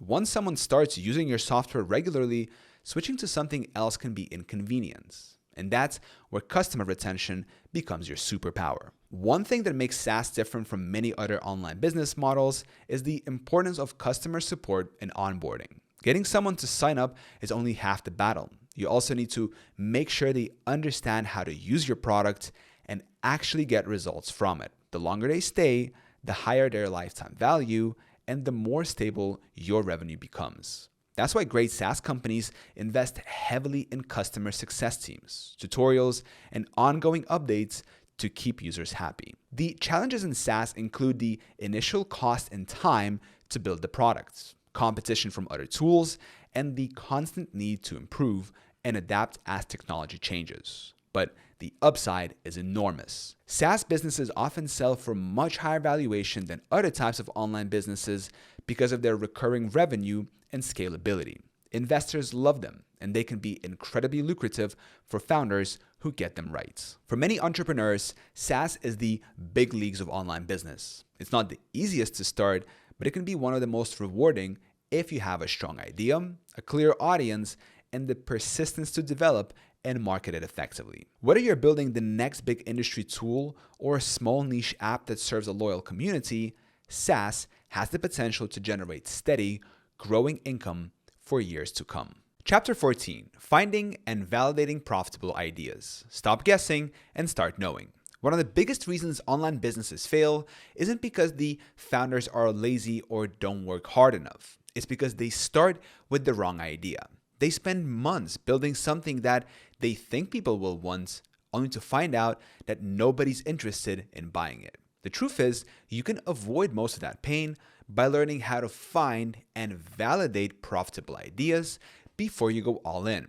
This isn't about guessing or following your gut. It's about using real data and feedback to know you're on the right track. The first thing to understand is that a good business idea isn't just something that sounds cool to you.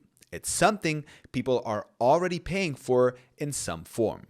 If nobody is spending money to solve the problem your idea addresses, it's going to be hard to sell. On the other hand, if you see people spending money in your niche, that's a sign there's demand. Your job is to figure out if you can offer something better, different, or more appealing than what's already out there. One of the easiest ways to start is by looking at your own skills, interests, and experiences. Ask yourself, what problems have I solved for myself or others?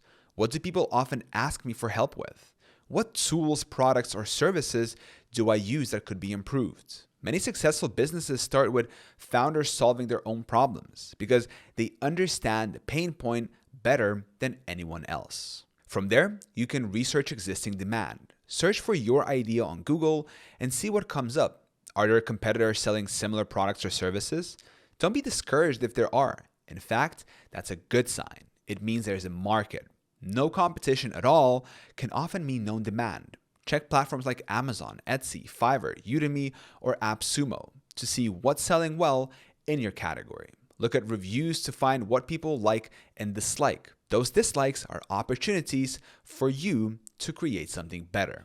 Another powerful tool for idea validation is keyword research. Using tools like Google Keyword Planner, Ubersuggest, or even the search bar autocomplete on Google or YouTube, you can see exactly what people are searching for and how often. If thousands of people are searching for best budget video editing software every month, that's a signal there's demand for solutions in that area. If almost nobody is searching for your idea, you might be looking at a niche that's too small. Social media is another goldmine for validation. Search for relevant hashtags, join Facebook groups, or browse Reddit communities related to your niche. Pay attention to the questions people are asking, the frustrations they share, and the products they recommend to each other. This gives you unfiltered insight into what your target audience actually wants and what they're struggling to find. Once you've spotted a promising idea, the next step is testing it with a small, low-risk experiment. This could be as simple as creating a landing page describing your product or service and running a small ad campaign to see if people click and sign up for more information. You can offer a pre-sale where customers pay upfront for early access, or create a basic minimum viable product, also known as MVP, to see if people will actually pull out their wallets. The goal here is to get real-world confirmation that people are willing to pay for your idea, not just say they like it. It's important to listen to the market without letting it kill your vision entirely. Sometimes people won't know they want something until they see it. But even in those cases, you can still test parts of your idea. For example, if you have a new type of productivity tool, you could test specific features or concepts in smaller forms, like templates or guides, before building the full software. The biggest trap to avoid is falling in love with your idea before the market has confirmed it. Many entrepreneurs waste time and money building something in isolation, only to discover too late that nobody wants it. If you can detach your ego from the idea and treat it like a hypothesis to be tested, you'll make smarter decisions and waste less time. Finding and validating profitable ideas is a skill you can use over and over. Every time you want to launch a new product, service, or business, you can go through this process to make sure you're not just guessing. The more you practice, the faster you'll be able to spot opportunities and know which ones are worth pursuing. And once you have a validated idea, you can move forward with confidence, knowing you're building something people already want, which is the most important foundation for making money online. Chapter 15, Understanding Your Customer, the psychology behind why people buy. If you want to make money online, you have to understand one thing above all else. Your business is not about you, it's about your customer. The better you understand them, the more effectively you can create products, write messages, and design experiences that make them want to buy from you. This is true whether you're selling physical products, digital products, services, or even ideas. Business, at its core, is about solving problems, fulfilling desires, or helping someone move from where they are now to where they want to be. And to do that, you need to get inside their head. A lot of beginners make the mistake of thinking about their customers in vague terms like women aged 25 to 40 or small business owners. While demographics like age, gender, and location can be useful, they don't tell you much about why people buy. What really matters is the psychology, their goals, frustrations, fears, and motivations. Two people who are both women aged 25 to 40 might have completely different needs. One could be looking for ways to grow her business, while the other wants tips for staying healthy as a new mom. You have to understand the specific situation and mindset of the people you're targeting. One of the most powerful ways to think about customers is in terms of problems and desires. Problems are things they want to fix, stop, or get rid of. Desires are things they want to achieve, gain, or feel. When you know exactly what problems your audience is struggling with and what desires are driving them, you can position your product or service as the bridge between the two. For example, if you're selling a project management tool, the problem might be, I'm overwhelmed and missing deadlines. The desire might be, I want to feel in control and finish projects on time. Your marketing should speak directly to both. Customers don't just buy with logic, they buy with emotion first, and then justify it with logic afterwards. This means that while facts, features, and prices matter, the emotional connection is often what closes the deal. People buy because they want to feel a certain way: confident, safe, respected, admired, relieved, in control, or inspired. If you can tap into those feelings in your messaging and branding, you'll have a much easier time winning customers over. To really understand your customer, you need to listen more than you talk. This means doing research, not just from behind a screen, but by actually engaging with your audience. Read reviews of similar products to see what people love and what they hate. Join online communities where your audience hangs out and watch what they talk about. Ask questions in forums, polls, or surveys. Pay attention to the exact words they use to describe their problems. Those words are gold for your marketing. Another important concept is the idea of awareness levels. Not every potential customer is in the same place when they encounter you. Some people are totally unaware they even have a problem. Others know they have a problem, but don't know what the solution is. Some know the solution, but don't know you exist. And a few know you and your solution, but just need a final push to buy. Your job is to meet them where they are and guide them to the next step. Trying to sell immediately to someone who isn't ready will just push them away. But educating and building trust can move them closer to saying yes. You should also be aware of the objections that might stop someone from buying. These could be doubts about whether your product will work for them, concerns about price, worries about risk, or fear of making the wrong choice. The more you can address these objections up front with guarantees, social proof, case studies, or transparent explanations, the easier it is for them to feel confident in their decision. Understanding your customer isn't a one-time task. It's an ongoing process. Markets change, trends shift, and people's needs evolve. What works today might not work a year from now. That's why the most successful online businesses are constantly collecting feedback, testing ideas, and refining their offers to stay aligned with what their customers want. The closer you can get to seeing the world through your customers' eyes, the more powerful your business becomes. You'll stop wasting time guessing and start creating things people actually want. You'll know how to speak their language so your messages resonate instantly, and you'll be able to deliver experiences that not only make them buy once, but keep them coming back. In the end, your customers aren't just buying a product, they're buying a better version of themselves. If you can help them get there, you will never run out of business. Chapter 16, Behavioral Economics and Consumer Psychology. If you've ever wondered why people sometimes make buying decisions that don't seem entirely rational, the answer often lies in behavioral economics and consumer psychology. Traditional economics assume people make logical, calculated decisions based on all the information available. But in the real world, people buy based on emotions, biases, habits, and mental shortcuts, and they justify those choices with logic afterward. The better you understand these patterns, the more effectively you can design offers, messaging, and experiences that influence how people feel and act. One of the most powerful concepts in consumer psychology is the idea of cognitive biases. These are predictable ways in which people's thinking can be influenced. For example, there's the scarcity effect. When something is limited in quantity or only available for a short time, people tend to want it more. That's why limited time offers and only 3 left in stock messages work so well. Another is social proof, where people look to others for cues on what to do. Reviews, testimonials, and case studies tap into this bias, making potential buyers feel safer because other people have already taken the leap. There's also the anchoring effect, which happens when the first piece of information someone sees heavily influences their perception of value. If you show a $1,000 product next to a $500 product, the $500 product feels like a deal, even if it's still expensive. Retailers use this all the time by showing original prices next to discounted ones.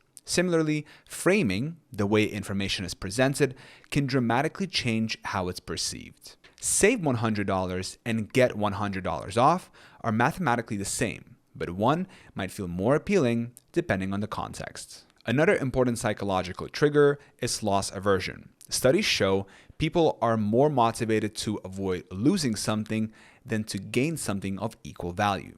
This is why free trials work so well. Once someone starts using your products, the thought of losing access can push them to buy. This also explains why money-back guarantees reduce risk in the customer's mind and make purchasing feel safer. Commitment and consistency is another principle you can use. People like to be consistent with their past actions and commitments. If someone has taken a small step toward your offer, like downloading a free guide or joining a webinar, they're more likely to take a bigger step, like buying your full product. This is the foundation of the foot in the door technique, where you start with a small ask and build from there. Then there's the paradox of choice. While it might seem like giving customers more options is better, too many choices can actually overwhelm them and lead to no decision at all. This is why successful businesses often simplify their offers, focusing on a few clear packages or price points rather than an endless list of options. By making the path to purchase straightforward, you make it easier for people to say yes. Another fascinating part of consumer psychology is the role of storytelling. Our brains are wired to connect with stories far more than with facts and figures. A product description full of technical details might be accurate, but it will not create the same emotional pull as a story about how that product changed someone's life. Stories make abstract benefits concrete, and they help customers imagine themselves experiencing those benefits. Understanding these psychological triggers doesn't mean manipulating people into buying things they don't need. The most ethical and sustainable use of these principles is to help people make decisions that genuinely benefit them, while removing unnecessary friction and doubt from the process. The goal is to present your offer in a way that's as clear, compelling, and emotionally resonant as possible, so that the right people can recognize its value. When you combine behavioral economics with a deep understanding of your customer, you start to see patterns in how people respond to offers. You notice which words, visuals, and formats make them engage more. You recognize when they're hesitating and know what reassurance they need to move forward. And over time, you can refine your marketing and sales so that more people say yes. Not because you're pushing harder, but because you're speaking directly to how they think and feel. In the end, making money online isn't just about having the right product. It's about presenting it in a way that fits how people actually make decisions. Learn how to align your offers with the natural psychology of buying, and you'll be far ahead of most business owners who rely on guesswork and hope. Chapter 17, Pricing and Value, How to Charge More and Get It. Pricing is one of the most misunderstood parts of running an online business. A lot of beginners make the mistake of thinking the cheapest price will attract the most customers, so they race to the bottom, hoping to win on affordability. The problem is, being the cheapest is rarely a winning long-term strategy. Competing only on price often leads to razor-thin margins, burnout, and a customer base that disappears as soon as someone else offers a lower price. The truth is, you don't want to be the cheapest. You want to be the best value. And value is about far more than just costs. When people decide whether to buy something, they're not just looking at the number on the price tag.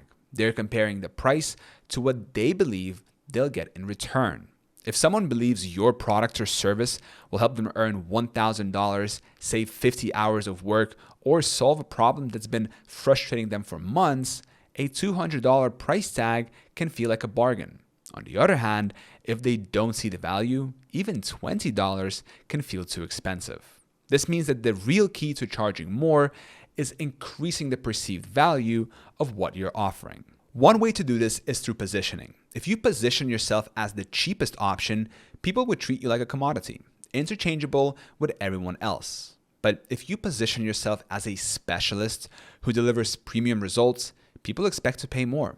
Think about a luxury restaurant versus a fast food chain. Both sell food, but one can charge 10 times more because of the quality, the experience, and the perception of value. In the online world, positioning comes from your branding, your messaging, your testimonials, your results, and even how professional your website looks. Another way to increase perceived value is by stacking benefits. Don't just list the features of your product or service. Explain exactly what those features do for the customer. If you're selling an online course, don't just say 12 video lessons. Explain that those lessons will help the customer land a higher paying job, grow their business, or finally get in shape. The more clearly you connect your offer to the customer's desired outcome, the more they'll be willing to pay. Bundling is also a powerful pricing strategy. By combining multiple products or services together, you can create an offer that feels worth far more than the sum of its parts. For example, a $500 course might feel like a stretch for someone, but if it also comes with a set of templates, a private coaching call, and lifetime updates, that same $500 might now feel like an incredible deal. This is why so many online entrepreneurs create packages or tiers. It allows you to increase perceived value without lowering price. Psychology plays a big role in pricing as well. Anchoring, which we talked about in the last chapter, can be used by showing a higher priced option first so that your main offer feels like better value. Charm pricing, ending prices in $0.99, can make something feel cheaper than it is, while rounded pricing can make it feel more premium. Offering 3 pricing options can guide customers toward the middle one, which often feels like the safe choice. It's also worth understanding that higher prices often attract better customers. People who pay more tend to be more committed, take the product or service more seriously, and get better results. Lower priced offers can bring in more casual buyers, but they can also attract people who are quick to ask for refunds, complain, or disappear without using what they bought. Charging more can actually make your life easier as long as you deliver on the value you promise. Of course, raising your prices isn't something you should do blindly. You need to back it up with results, a great customer experience, and a clear explanation of why it's worth it. If you've been charging very little and you suddenly double your prices without changing anything else, customers will push back. But if you've improved your product, built up testimonials, and learned how to communicate value, you'll often find that people are happy to pay more. In the end, pricing isn't about what you think your offer is worth. It's about what your customer believes it's worth. Your job is to make that belief as strong as possible by positioning yourself well, stacking benefits, using smart psychology, and delivering results. When you do that, you'll find you can charge more, work with better customers, and build a more profitable and sustainable business without having to fight for scraps at the bottom of the market. Chapter 18, How to Get Eyeballs on Your Offer. Free and paid traffic explained. You can have the best product, the most persuasive sales page, and the perfect price. But if nobody sees it, you won't make a single sale. Traffic is the lifeblood of any online business. In simple terms, traffic just means people visiting your website, landing page, or online store. More eyeballs usually mean more opportunities to sell, but not all traffic is created equal. The key isn't just getting more visitors, it's getting the right visitors. People who are actually interested in what you offer and likely to take action. Broadly speaking, there are 2 main ways to get traffic: free, often called organic, and paid. Free traffic comes from people finding you naturally, through search engines, social media, word of mouth, or your content being shared. Paid traffic is when you spend money to put your offer in front of people, usually through ads. Both can work extremely well, and the best online businesses often use a mix of both. Let's start with free traffic. This is the long game. It usually takes more time to build up, but it can keep delivering results for months or even years after you've done the work. One of the most common sources of free traffic is search engine optimization, which is about creating content that ranks high in Google when people search for keywords related to your offer. For example, if you sell fitness programs, you might write articles or create videos targeting searches like best at-home workouts or how to lose weight without a gym. When done well, SEO can bring in a steady stream of highly targeted visitors without you having to pay for every click. Social media is another major source of free traffic. Platforms like Instagram, TikTok, YouTube, Facebook, and LinkedIn can help you reach huge audiences if you create content that resonates and gets shared. The upside is the potential for rapid exposure if something you post goes viral. The downside is that social media algorithms can be unpredictable and your reach can drop if the platform changes its rules. That's why it's smart to use social media to attract attention, but then guide people to something you control, like your website or email lists. Referral traffic is another form of free exposure, and it happens when other people send their audience your way. This could be through guest appearances on podcasts, collaborations with other creators, being featured in articles, or simply having customers share your offer with their friends. Building relationships with other people in your niche can open doors to these kinds of opportunities. Now, let's talk about paid traffic. This is the fast lane. When you run ads, you can start getting targeted visitors within hours instead of waiting weeks or months. Platforms like Facebook ads, Instagram ads, Google ads, YouTube ads, and TikTok ads let you target people based on their interests, behaviors, and demographics. This precision means you can put your offer in front of exactly the kind of person who's most likely to buy. The advantage of paid traffic is speed and scalability. If your ads are profitable, you can increase your budget and get more results quickly. The downside is that it costs money, and if your ads or your offer are not set up well, you can burn through your budget without making sales. Paid traffic works best when you have a clear funnel, a series of steps that guide people from seeing your ad to taking action, whether that's buying immediately or joining your email list so you can follow up. The smartest approach is often to combine both. You can use paid traffic to get quick wins and test your offer, while bundling free traffic sources in the background for long-term stability. For example, you might run Facebook ads to promote a lead magnet, like a free guide, that grows your email list, and at the same time, publish SEO-friendly blog posts and videos that bring in free traffic over time. Eventually, your organic traffic can reduce your reliance on ads, but you'll still have the option to scale up quickly when you want to. It's important to remember that traffic by itself isn't the goal. It's what happens after people arrive that matters. If your landing page doesn't convert, even the best traffic won't help. That's why traffic strategies go hand in hand with good copywriting, clear offers, and strong calls to action. Getting eyeballs on your offer is a never-ending process in online business. Trends change, platforms rise and fall, and the ways people discover new products evolve. But as long as you understand the difference between free and paid traffic, how to use both effectively, and how to focus on attracting the right people rather than just more people, you'll be able to keep your business growing no matter what. Chapter 19, Advanced Marketing Frameworks. Once you understand the basics of getting traffic and making sales, the next step is to start thinking in terms of systems rather than random tactics. This is where advanced marketing frameworks come in. A marketing framework is simply a structured way of moving people from not knowing you exist to becoming loyal, paying customers, and ideally, repeat buyers. Instead of guessing what to do next, you follow a proven process that keeps your business growing in a predictable way. One of the most widely used frameworks is the marketing funnel. At the top of the funnel, you have awareness. This is where people first discover you through ads, social media, search, or word of mouth. The middle of the funnel is consideration. They're interested, but not yet ready to buy. This is where you nurture them with valuable content, free resources, and relationship building. At the bottom of the funnel is conversion. This is where you make your offer and they decide whether to buy.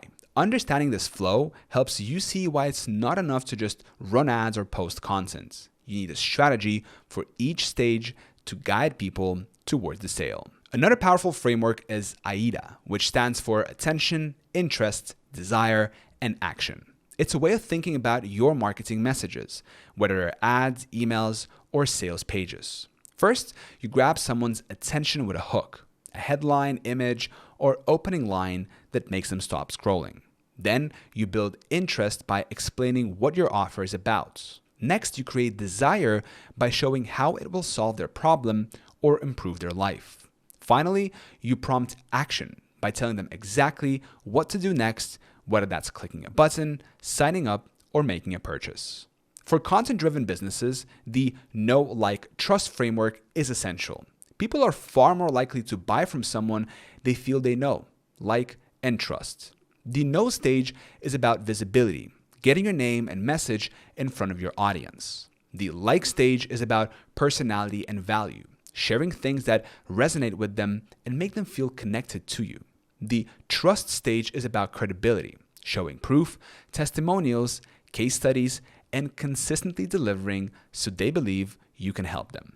If you skip one of those stages, your conversions will drop. If you sell products that require more education or have a higher price point, the customer value journey is a useful framework. It breaks down the customer's path into 8 stages: awareness, engagement, subscribe, convert, excite, ascend, advocate, and promote. Each stage has its own specific goal, like moving someone from just hearing about you, awareness, to becoming a repeat buyer who tells their friends, promote. By mapping out your customer journey, you can identify where people are dropping off and fix those weak points. Another advanced concept is segmentation, dividing your audience into groups based on their needs, behaviors, or buying stage. Not all customers are the same, so sending everyone the exact same message can hurt your results. For example, someone who's just joined your email list needs a different approach than someone who's been following you for a year. Segmentation lets you tailor your messaging so it feels more personal and relevant, which leads to higher engagements and sales. Finally, there's the flywheel model, which focuses on momentum rather than just a linear funnel. The idea is that satisfied customers feed back into your marketing by generating word of mouth, leaving reviews, and creating user-generated content. This keeps your business spinning forward without you having to push as hard for new customers all the time. Businesses that build strong flywheels often see compounding growth because every happy customer becomes a marketing asset. The beauty of these frameworks is that you can mix and match them to fit your business. You might use AIDA for your ad copy, the marketing funnel for your big picture strategy, segmentation for your email campaigns, and the flywheel for your customer experience. The key is to stop thinking of marketing as random one-off efforts and start thinking of it as a connected system that moves people from stranger to raving fan in a deliberate way. When you adopt an advanced marketing framework, you gain clarity. You know why you're doing what you're doing, how each piece fits into the bigger picture, and what to focus on next. That only makes your marketing more effective. It also makes running your business a lot less stressful. Chapter 20, Social Media Growth 101, Building an Audience from Scratch. Social media can be one of the fastest ways to get your business in front of a large audience, but only if you understand how to use it strategically. A lot of beginners post randomly, hoping something will go viral, and then wonder why their accounts are not growing. The truth is, social media growth isn't about luck. It's about consistency, understanding the platform, and creating content that connects with the right people.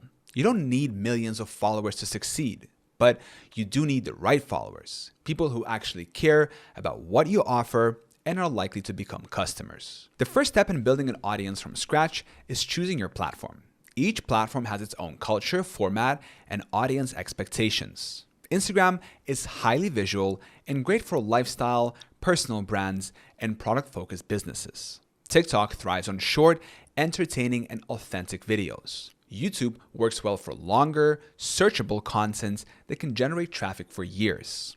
LinkedIn is ideal for B2B and professional niches, while X is better for fast, opinion-driven, and conversational content. Rather than trying to be everywhere at once, focus on mastering one platform first, then expand once you've built momentum. Once you've chosen your platform, you need to define your niche and audience. The clearer you are about who you're talking to and what they care about, the easier it will be to create content that resonates. If your audience is small business owners, for example, your content might focus on tips for growing revenue, saving time, or marketing effectively. If your audience is fitness beginners, your content might focus on simple workouts, nutrition advice, and motivation. Every piece of content should speak directly to your ideal followers' problems, desires, or interests. Next, you need to learn how to hook attention. On social media, you have just a few seconds, sometimes less, to stop someone from scrolling. This is why your hooks, the first line of a caption, the first frame of a video, or the first image in a carousel, are so important. A strong hook makes people want to keep watching, reading, or swiping. Good hooks often create curiosity, promise a benefit, or challenge a common belief. Once you've got their attention, the rest of your content needs to deliver on that promise. Consistency is critical for growth. Social media algorithms reward accounts that post regularly because it keeps users engaged on the platform. This doesn't mean you need to post 5 times a day. It means you need a realistic schedule you can stick to. Whether that's 3 times a week or once a day, the important thing is to show up consistently over time. Quality matters, but so does frequency. If you disappear for weeks, people will forget about you. Engagement is another key part of growth. Social media is not just a broadcast channel. It's a two-way conversation. Reply to comments, answer DMs, and engage with other people's content in your niche. The more you interact, the more the algorithm sees you as active, and the more likely it is to show your posts to new people. Plus, engagement builds relationships, and relationships turn followers into loyal fans and customers. A big growth lever is writing trends, but doing it in a way that fits your niche. On TikTok, this might mean using a trending sound, but adapting it to your audience. On Instagram, it might mean joining a popular challenge or using trending hashtags. On YouTube, it could be creating videos around trending topics in your industry.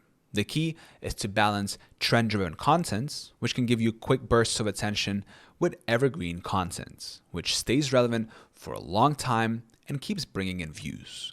Analytics should guide your strategy.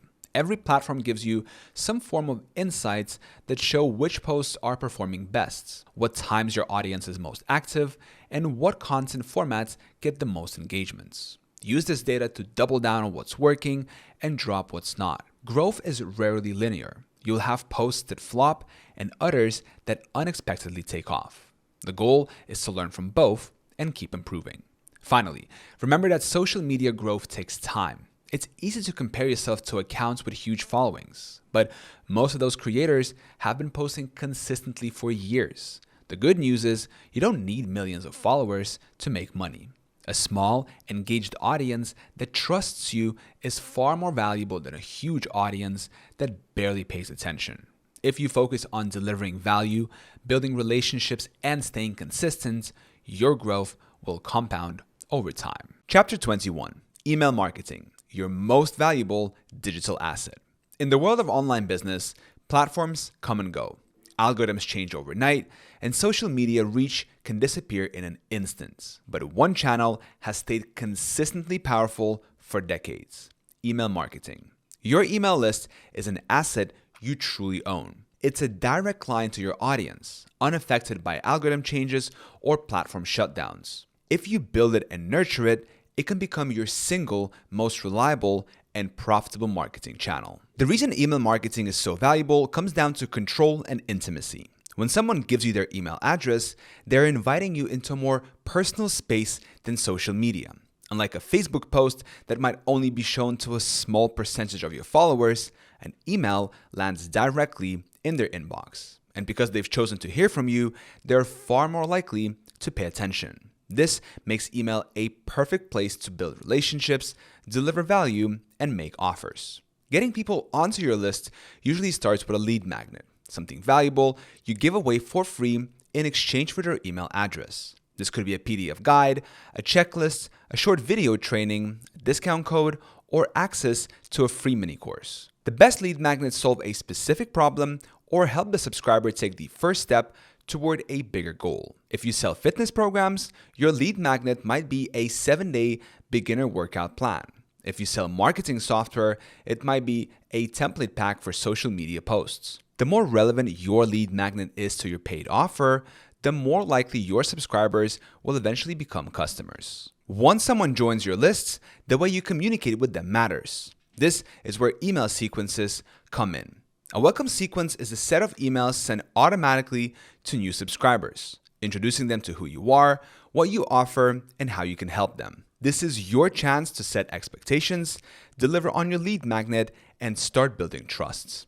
A good welcome sequence might share your story, provide helpful tips, and gradually lead to your first offer. Beyond the welcome sequence, you should be emailing your list regularly, at least once a week for most businesses. These emails can include educational content, behind-the-scenes updates, product launches, or personal stories. The goal is to stay top of mind so that when your subscribers are ready to buy, you're the first person they think of. Consistency is key here. If you disappear for months, people will forget who you are and be less likely to open your emails when you return. Segmentation makes your email marketing even more powerful. Not all subscribers are the same, so sending everyone the exact same messages can waste opportunities. You can segment based on interests, behaviors, or purchase history.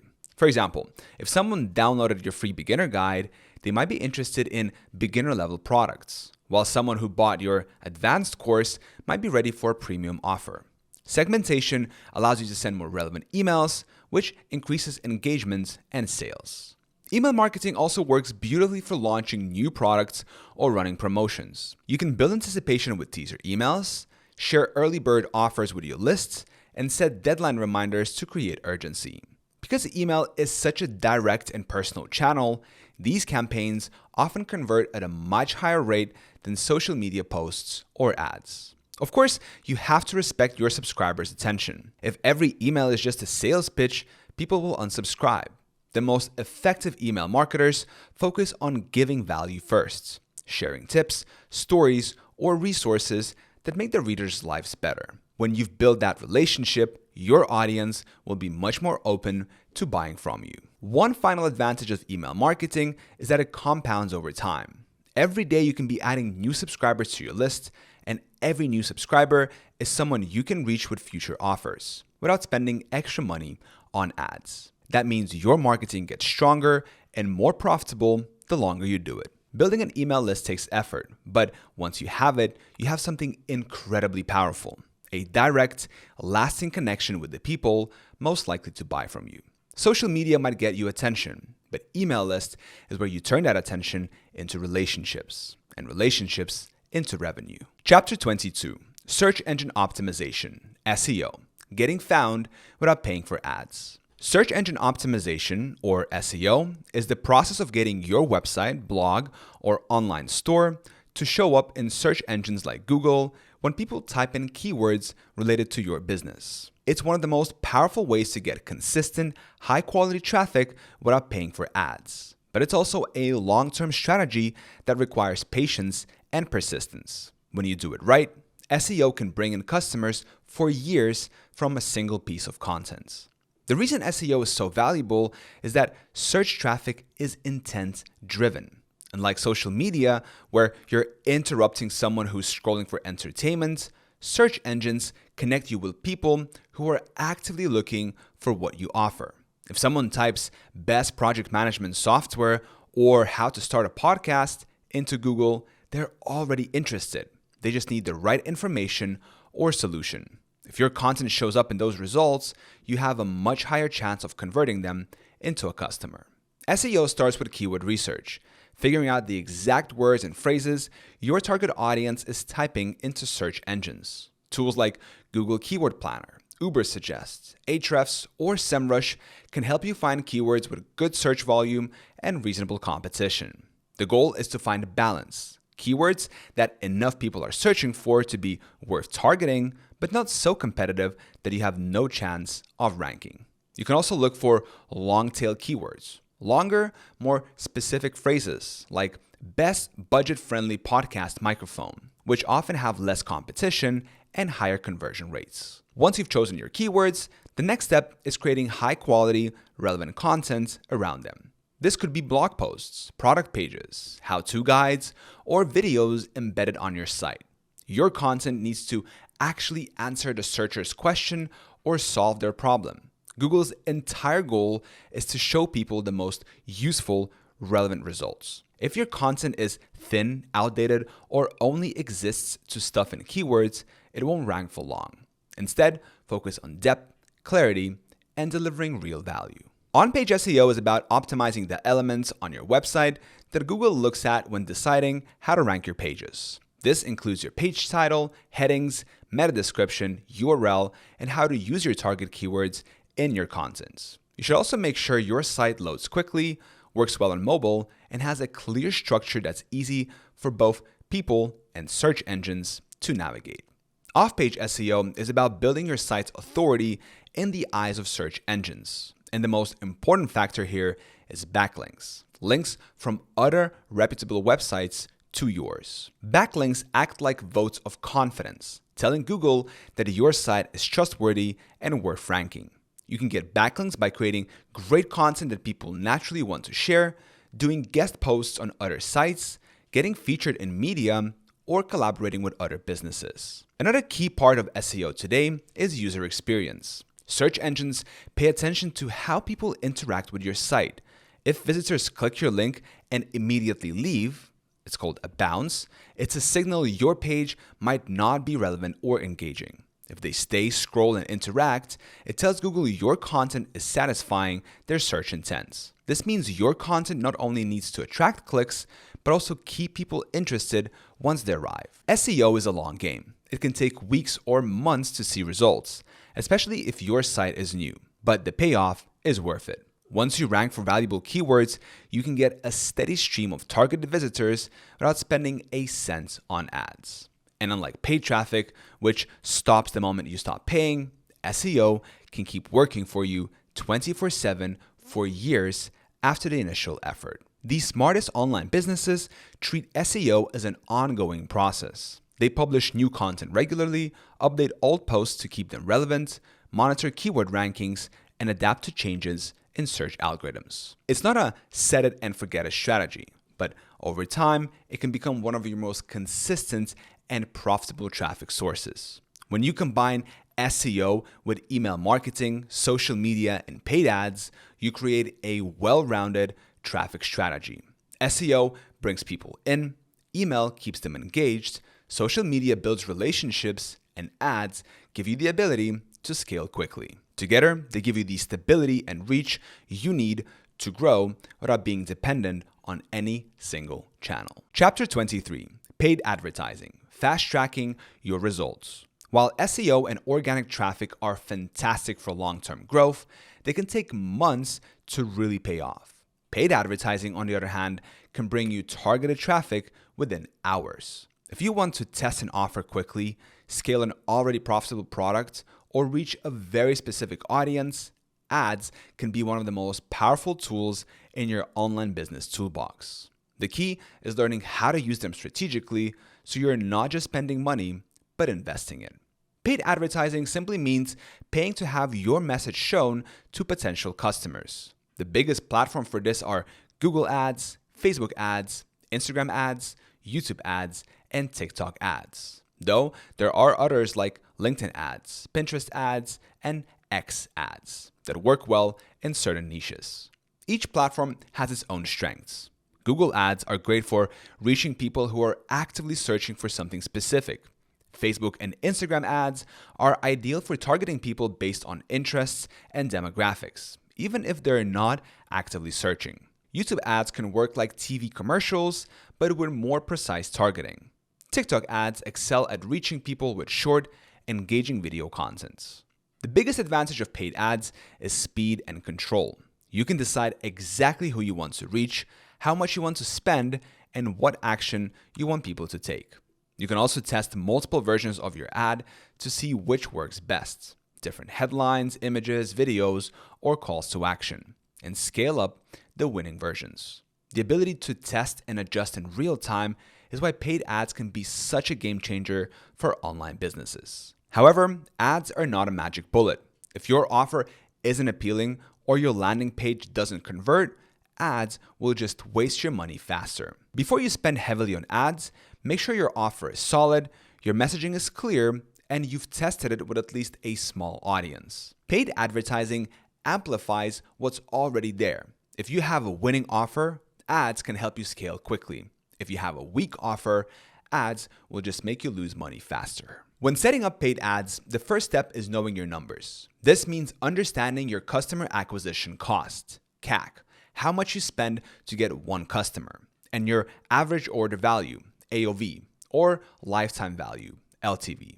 If it costs you $50 in ads to get a customer and that customer spends $200 with you over time, you're in a good position. If the customer only spends $40, you need to either improve your offer, increase your prices, or lower your ad costs. Another important concept is the difference between cold, warm, and hot audiences. Cold audiences have never heard of you before. They're the hardest to convert, so your ads to them should focus on grabbing attention and building interests, not pushing for an immediate sale. Warm audiences know who you are but haven't bought yet. Retargeting ads that remind them of your product, show testimonials, or offer a special deal can be very effective here. Hot audiences are past customers or people who were very close to buying. Sometimes a simple reminder is enough to close the sale. Retargeting is one of the most profitable uses of paid ads. These are the ads that follow you around the internet after you visit a website. Retargeting works because it focuses on people who already showed interest, which means they're far more likely to buy. You can set up retargeting on most ad platforms by installing a tracking pixel on your site. The beauty of paid advertising is that once you find a campaign that works, you can scale it almost infinitely. You can increase your budget, expand your targeting, or run your ads in new locations. But you should always scale gradually and keep testing new creatives because even the best performing ads eventually get ad fatigue, meaning people start ignoring them after seeing them too many times. Paid ads can be intimidating at first, especially if you're worried about wasting money. But with the right approach, starting small, tracking your numbers, and continually testing, they can become one of the fastest way to grow your online business. The key is to treat them as a tool for accelerating results, not as a replacement for having a solid offer and marketing foundation. Chapter 24, Conversion Optimization, turning more visitors into buyers. Getting traffic is only half the battle in online business. The real magic happens when you turn that traffic into paying customers. And that's where conversion optimization comes in. Conversion optimization is the process of improving your website, landing pages, and sales funnels so that a higher percentage of visitors take the action you want, whether that's making a purchase, signing up for your email list, or booking a call. Even small improvements in your conversion rate can have a huge impact on your revenue because you're getting more value from the same amount of traffic. Think of it this way. If 1 out of every 100 visitors buys from you and you double that to 2 out of 100, you've doubled your sales without spending a single extra dollar on marketing. This is why the most successful online businesses don't just focus on getting more traffic. They constantly refine the experience to make it as easy and compelling as possible for people to say yes. The first step in conversion optimization is clarity. When someone lands on your page, they should immediately understand 3 things: what you're offering, why it's valuable, and what they need to do next. If your page is cluttered, your message is vague, or your call to action is buried, you will lose people within seconds. Your headline should grab attention, your copy should clearly explain the benefits, and your CTA should be obvious and action-oriented, like get started, download now, or join today. Next is trust. People won't buy from you if they're unsure whether you're credible. You can build trust through testimonials, reviews, case studies, security badges, clear contact information, and guarantees. Social proof is one of the most powerful conversion boosters. When visitors see that others have bought from you and had a good experience, they're more likely to follow suit. Another big factor is reducing friction. Friction is anything that makes the buying process harder than it needs to be. This could be a complicated checkout form, slow page load times, or requiring people to create an account before they can buy. The smoother and faster the process, the higher your conversions will be. In fact, many businesses see an immediate lift in sales just by simplifying their checkout page and reducing the number of steps required. Urgency and scarcity can also increase conversions when used ethically. If people feel like they can take forever to decide, many will put it off and never come back. Limited time offers, countdown timers, and highlighting low stock can encourage people to act now rather than later. Just be careful not to fake urgency. If people realize it's not genuine, it can damage trust. One of the most effective ways to improve conversions is through A/B testing. This means creating two versions of a page, or an element like a headline or button, and splitting your traffic between them to see which performs better. Over time, these small, data-driven changes can add up to big improvements. The key is to only test one major change at a time so you know exactly what caused the difference. Your offer itself is a major conversion lever. Sometimes the problem isn't the page or the design, it's the offer. If what you're selling doesn't feel like a good deal to your audience, no amount of optimization will fix it. This is why understanding your customer and clearly communicating the value is so important. In many cases, improving your offer by adding bonuses, making the outcome clearer, or restructuring your pricing can have a bigger impact than any design tweak. Conversion optimization doesn't stop after the first purchase. Think about what happens immediately after someone buys. Can you offer them an upsell, a bundle, or a related product? Can you make it easy for them to share your offer with friends? Can you set up follow sequences to encourage repeat purchases? Maximizing the value of each customer is just as important as converting them in the first place. Ultimately, conversion optimization is about removing obstacles and adding motivators. You want to make it as easy, clear, and appealing as possible for someone to take the next step. The more you test, track, and refine, the more efficient your marketing becomes, which means you can grow faster, spend less on ads, and make more profit from the same amount of traffic. Chapter 25, Building a Sales Funnel That Works. A sales funnel is simply the path you design for a potential customer to go from first hearing about you to becoming a paying customer, and ideally, a repeat one. It's called a funnel because you start with a wide pool of people at the top, awareness, and guide them down through stages of interest, decision, and action. At each stage, some people drop off, and the ones who stay move closer to buying. The better your funnel, the more people you convert, and the more revenue you generate from the same amount of traffic. At the top of the funnel, TOFU, your goal is to attract attention and get people interested enough to stick around. This is where content, ads, social media, and SEO come into play. You're not trying to sell right away. You're giving value, solving small problems, or entertaining your audience so they become aware of you and what you stand for. For example, if you're a fitness coach, your top of funnel content might be YouTube videos on 5-minute morning workouts or Instagram posts with quick nutrition tips. In the middle of the funnel, MOFU, your goal is to build trust and show potential customers that your offer is the solution they need. This is where lead magnets, email sequences, case studies, and in-depth content comes in. You might send a free guide, run a webinar, or share success stories from past customers. Here, you're addressing doubts, answering questions, and nurturing the relationship. The more you can connect with your audience's specific pain points and desires, the more likely they are to keep moving down the funnel. At the bottom of the funnel, BOFU, your goal is to convert interest into action, usually a purchase. This is where you make your core offer and use techniques like urgency, scarcity, guarantees, and clear call to action to get people over the line. If you've done the earlier stages well, this part feels natural. Your customer already understands the value, trusts you, and is ready to buy. A strong funnel doesn't end at the sale. Once someone buys, you can have post-purchase stages that increase the lifetime value, LTV, of that customer. This could include upsells, offering an additional product right after purchase, cross-sells, recommending related products, or subscription offers. You can also create follow-up sequences to encourage repeat purchases or referrals. There are many types of funnels depending on your business model. For digital products, you might have a webinar funnel. Ads or content drive people to sign up for a free training. The training gives value and pitches your course, and the follow-up emails close the sale. For e-commerce, you might use a product launch funnel, teaser content, early bird offers, and limited time discounts to drive urgency. For services, you might use a lead generation funnel, free resources and case studies to build trust, followed by a call booking to close the deal. One common mistake is overcomplicating your funnel before you've tested it. You don't need dozens of pages and endless automation from the start. A simple funnel, like an ad to a lead magnet, followed by a short email sequence leading to an offer, can work extremely well.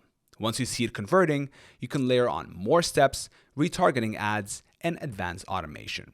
Another mistake is not tracking your funnel metrics. You should know how many people enter at the top, how many people move to the next stage, and how many ultimately buy. This helps you identify where people are dropping off so you can fix those weak points. Sometimes a small tweak to your landing page or email sequence can dramatically improve results. A well-built sales funnel is like a machine. Once you've dialed it in, it can consistently turn strangers into customers day after day.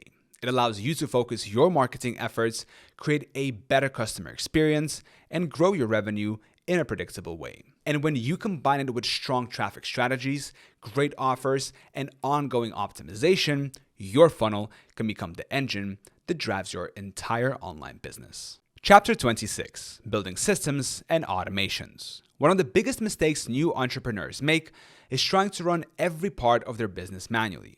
At first, this might feel manageable, answering emails, posting on social media, sending invoices, and fulfilling orders yourself. But as your business grows, doing everything by hand quickly becomes overwhelming. You'll spend all your time on repetitive tasks instead of focusing on growth, creativity, and strategy. That's where systems and automations come in. A system is simply a repeatable process for getting something done. It could be as simple as a checklist for publishing a blog post or as complex as a multi-step marketing campaign. Systems help you work more efficiently because you're not reinventing the wheel every time. They also make it easier to delegate tasks to others because you can hand them a clear process to follow. Automation is when you use tools or software to run parts of those systems without needing your direct involvement. This could be as basic as scheduling your social media posts in advance, or as advanced as setting up a full email marketing sequence that automatically nurtures leads and sells your products while you sleep. Automation doesn't replace the need for strategy and creativity. It just takes care of the repetitive work so you can focus on the high-value activities that move your business forward. One of the easiest areas to automate is email marketing. For example, when someone signs up for your lead magnet, an email automation tool can immediately send them the download link, follow up with additional tips, and eventually present your paid offer, all without you lifting a finger. You can create different automations for different segments of your audience, ensuring each person gets relevant messages at the right time. Another area where automation shines is sales. You can set up systems where a new lead from your website automatically goes into your CRM, customer relationship management tool, gets tagged with their interest or lead source, and is assigned to a specific follow-up sequence. In e-commerce, you can trigger abandoned cart emails when someone adds a product to their cart but doesn't check out, often recovering sales you would have otherwise lost. Social media can also benefit from automation. Tools like Buffer, Later, or Hotsuite allow you to batch create your posts for the week or month and schedule them in advance. While it's still important to show up personally to engage with your audience, scheduling your content frees you from having to be online at specific times every day. For internal operations, project management tools like Trello, Asana, or ClickUp can act as your business's central hub.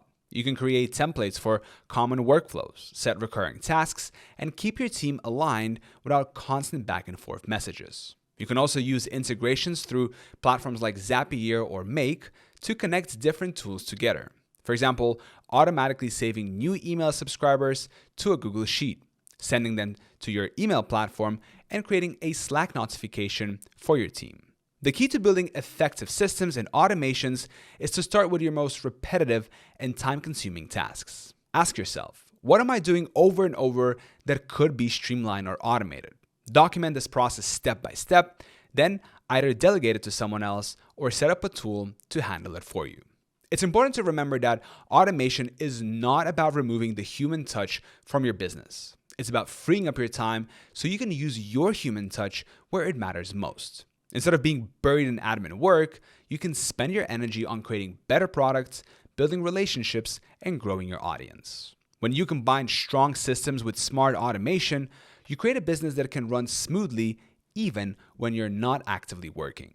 This gives you more freedom, more consistency, and the ability to scale without burning out. In the early days, it might feel like extra work to set these things up. but the payoff in saved time, reduced stress, and increased efficiency is huge, and it only grows as your business expands. Chapter 27, Outsourcing and Team Building. No matter how efficient you are or how many systems and automations you have in place, there's a limit to how much you can do on your own. If you want your online business to grow beyond a certain point, and especially if you want it to run without you working 12 hours a day, you need to bring other people into the picture.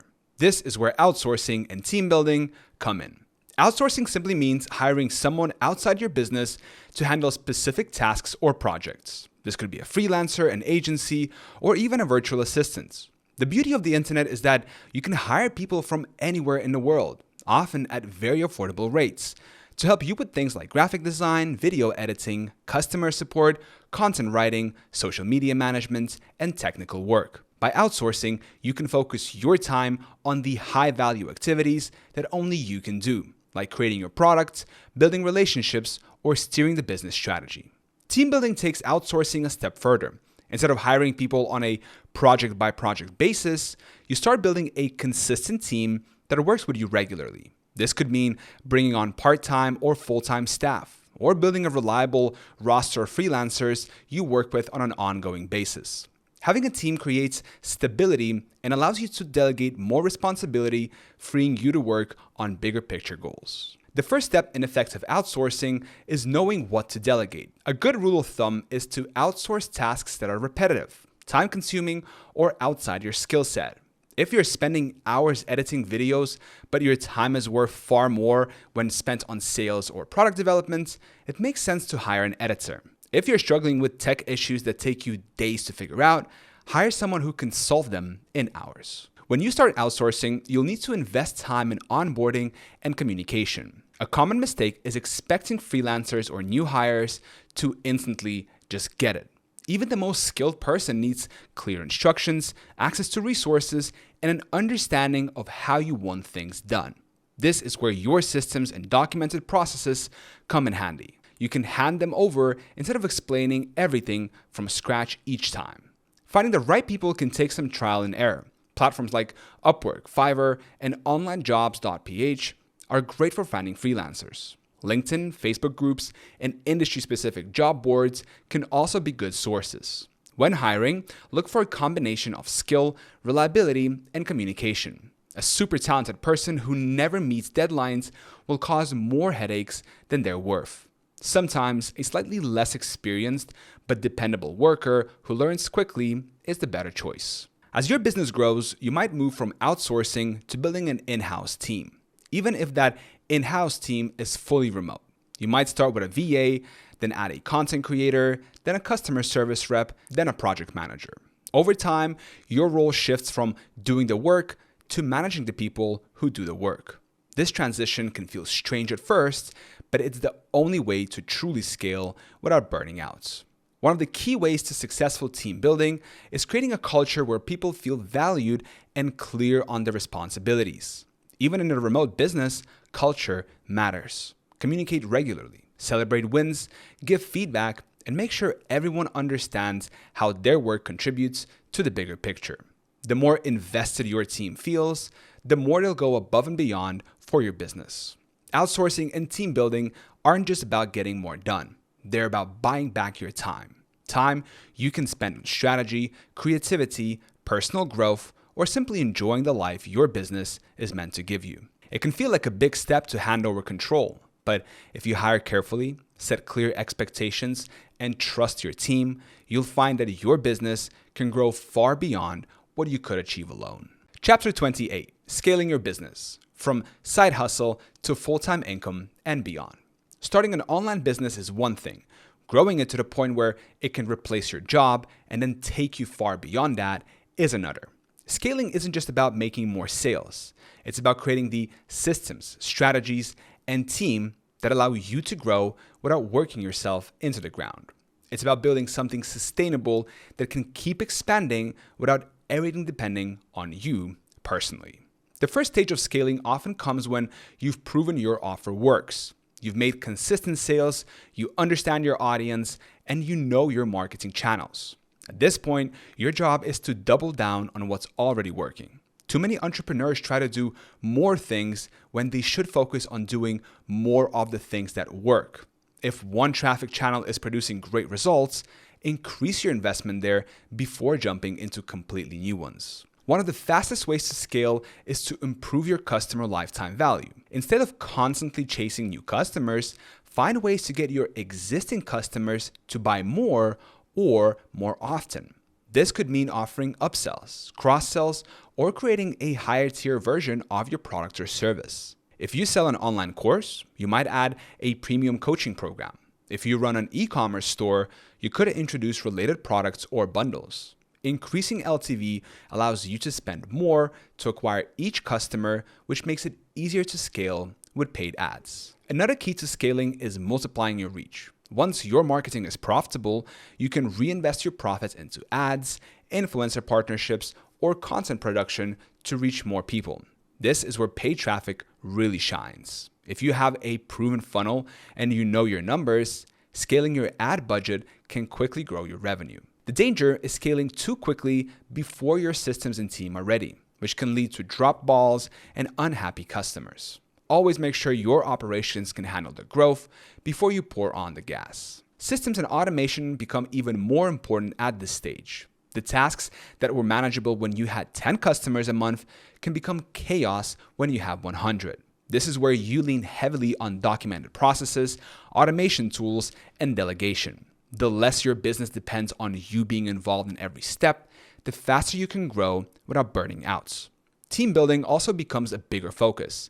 You may have started with 1 or 2 freelancers, but scaling often requires dedicated roles: a marketing manager, a customer service lead, or an operations coordinator. Your job shifts from doing to leading. You'll spend more time setting goals, solving higher level problems, and keeping everyone aligned. Data becomes your best friend when scaling. You need to know your key metrics: cost per acquisition, conversion rates, profit margins, churn rate if you sell subscriptions, and customer lifetime value. Scaling without tracking these numbers is like driving a car with your eyes closed. The numbers will tell you where the bottlenecks are and where to focus your efforts for the biggest impacts. Finally, scaling isn't just about revenue. It's about profitability and lifestyle. A bigger business isn't automatically a better business if it eats up all your time and energy. As you grow, keep asking yourself, is this growth improving my life? Am I still working on things I enjoy? Am I building something that could run without me if I wanted to take a break? Sustainable scaling means building a business that's both financially rewarding and personally fulfilling. When you scale strategically, focusing on what works, improving customer value, expanding your reach, strengthening your systems, and growing your team, you can take your online business from a side hustle to a full-time income and eventually to a thriving company that gives you freedom, impact, and security. Chapter 29, Building Multiple Streams of Income. Once your main online business is running smoothly and consistently generating revenue, the next step toward long-term stability and wealth is building multiple streams of income. Relying on just one source of revenue can be risky. If a platform changes its rules, a major client leaves, or an ad campaign stops performing, your entire income could take a hit. Diversifying your income gives you a safety net and more opportunities to grow your wealth over time. The key here is not to spread yourself too thin too early. If your main business is still unstable, you don't want to divert focus and energy away from making it solid. Multiple streams of income work best when you've already built a strong, profitable foundation that can run with minimal daily input from you. Only then does it make sense to start adding new revenue streams. One way to diversify is by adding related income streams to your existing business. For example, if you sell online courses, you could add coaching services, memberships, or live workshops. If you run an e-commerce store, you could introduce a subscription box, launch a complementary product line, or create a private label version of a bestseller. By building on what's already working, you can often add new streams of revenue with far less effort than starting something completely different. Affiliate marketing is another powerful secondary income stream. Even if you already sell your own products, you can promote complementary products from other businesses and earn a commission. This works especially well if you've built an audience through email, social media, or a blog. that trusts your recommendations. The key is to only promote products you genuinely believe in so you maintain credibility.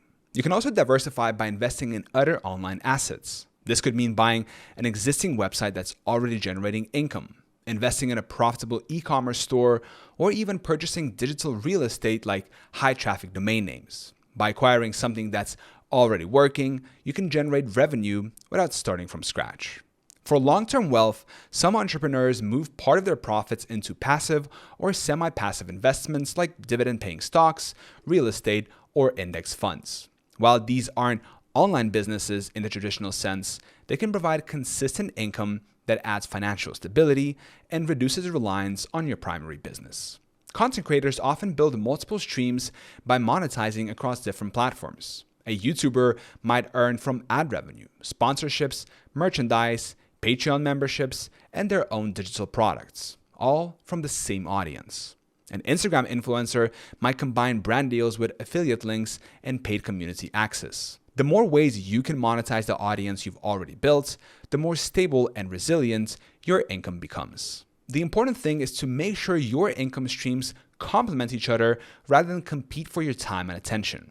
If you run an online fitness brand, it makes sense to branch into supplements, fitness equipment, or online coaching, not to start a completely unrelated side hustle that distracts you from your main business. Synergy between income streams allows you to reuse content, share audiences, and streamline operations. Multiple streams of income also open a door to more freedom. If one stream takes the temporary dip, the others can keep you afloat. And if you want to experiment with a new idea, you can do it without the pressure of needing it to succeed immediately. Over time, you can refine and scale the streams that work best, creating a business and personal financial ecosystem that's much more stable than relying on one single source. In the end, building multiple streams of income is about security, scalability, and freedom.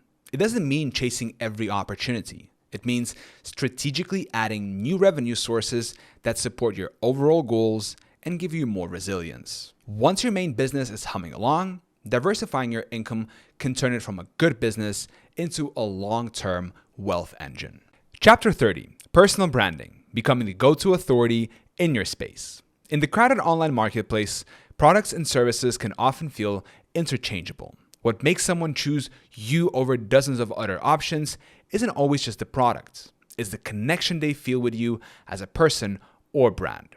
That's the power of personal branding. Your personal brand is the perception people have of you, your reputation, your style, your values, and the unique combination of qualities that set you apart. Done right, it makes you the go-to authority in your space and gives you an edge that no competitor can copy. A strong personal brand starts with clarity. You need to know exactly what you stand for, who you help, and why people should listen to you. This isn't about being fake or trying to appeal to everyone. It's about leaning into your strengths, your unique perspective, and your story. The more authentic you are, the more you'll attract the right audience. People are drawn to honesty and consistency, and they can sense when you're putting on an act. Your story plays a huge role in personal branding. Whether it's your journey from struggling freelancer to six-figure business owner, your transformation from unhealthy to fit, or your years of experience in a specific industry, your story gives context to your expertise. It helps people relate to you and see what's possible for themselves. Sharing your challenges as well as your successes makes you more relatable and trustworthy. Consistency is another key pillar of personal branding. This means showing up regularly, but also keeping your message, tone, and visual identity aligned across all platforms. If your Instagram is fun and casual, but your LinkedIn is overly stiff and corporate, it can confuse people. Your audience should be able to recognize your content instantly, whether it's through your visual style, the topics you cover, or the way you speak. Content is the engine that drives your personal brand. The more you create valuable, insightful, and relevant content, the more people will see you as an authority. This doesn't mean you need to be on every platform at once. Start with the channels where your audience spends the most time and go deep. Over time, you can repurpose your content to other platforms to expand your reach. The goal is to become a consistent presence in your audience's world, so that when they think of your niche, they think of you. A personal brand isn't just about attracting attention. It's about building trust. This is where proof comes in. Testimonials, case studies, results you've achieved for yourself or others, media features, and speaking engagements. Every time you show evidence that you deliver on your promises, you strengthen your credibility. One of the most powerful effects of a strong personal brand is that it amplifies everything else you do. If you launch a new product, your audience is more likely to buy because they already trust you. If you start a new YouTube channel or podcast, people will check it out because they know you. Even if you pivot to a completely different niche, your personal brand can carry your audience with you. Building a personal brand is a long-term play. You can't fake it overnight. It's built brick by brick through showing up, delivering value, and staying true to your voice. But once it's established, it becomes one of your most valuable business assets. It protects you from competition, allows you to charge higher prices, and creates opportunities that wouldn't exist otherwise, from partnerships and sponsorships to speaking gigs and media coverage. In a world where products can be copied and strategies can be duplicated, your personal brand is the one thing no one else can replicate. When you invest in building it, you're not just growing your business. You're growing an asset that will serve you for the rest of your career, no matter where you go or what you sell. Chapter 31, Networking and Relationship Building in the Digital Age. No matter how skilled you are or how great your products are, opportunities in business often come down to one thing: relationships. The people you know, and more importantly, the people who know you, can open doors that would otherwise take years to unlock. Networking isn't about collecting business cards or sending cold, spammy messages.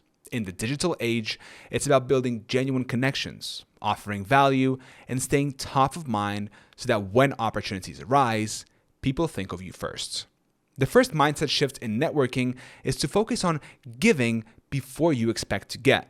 Too many people approach networking with a "what can I get from this person" mentality. This turns interactions into transactions, and people can sense it.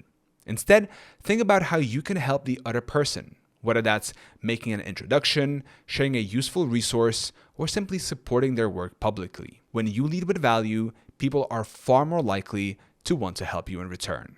Social media has made networking easier and more scalable than ever. You can follow, comment on, and share the content of industry leaders, potential collaborators, and peers in your niche.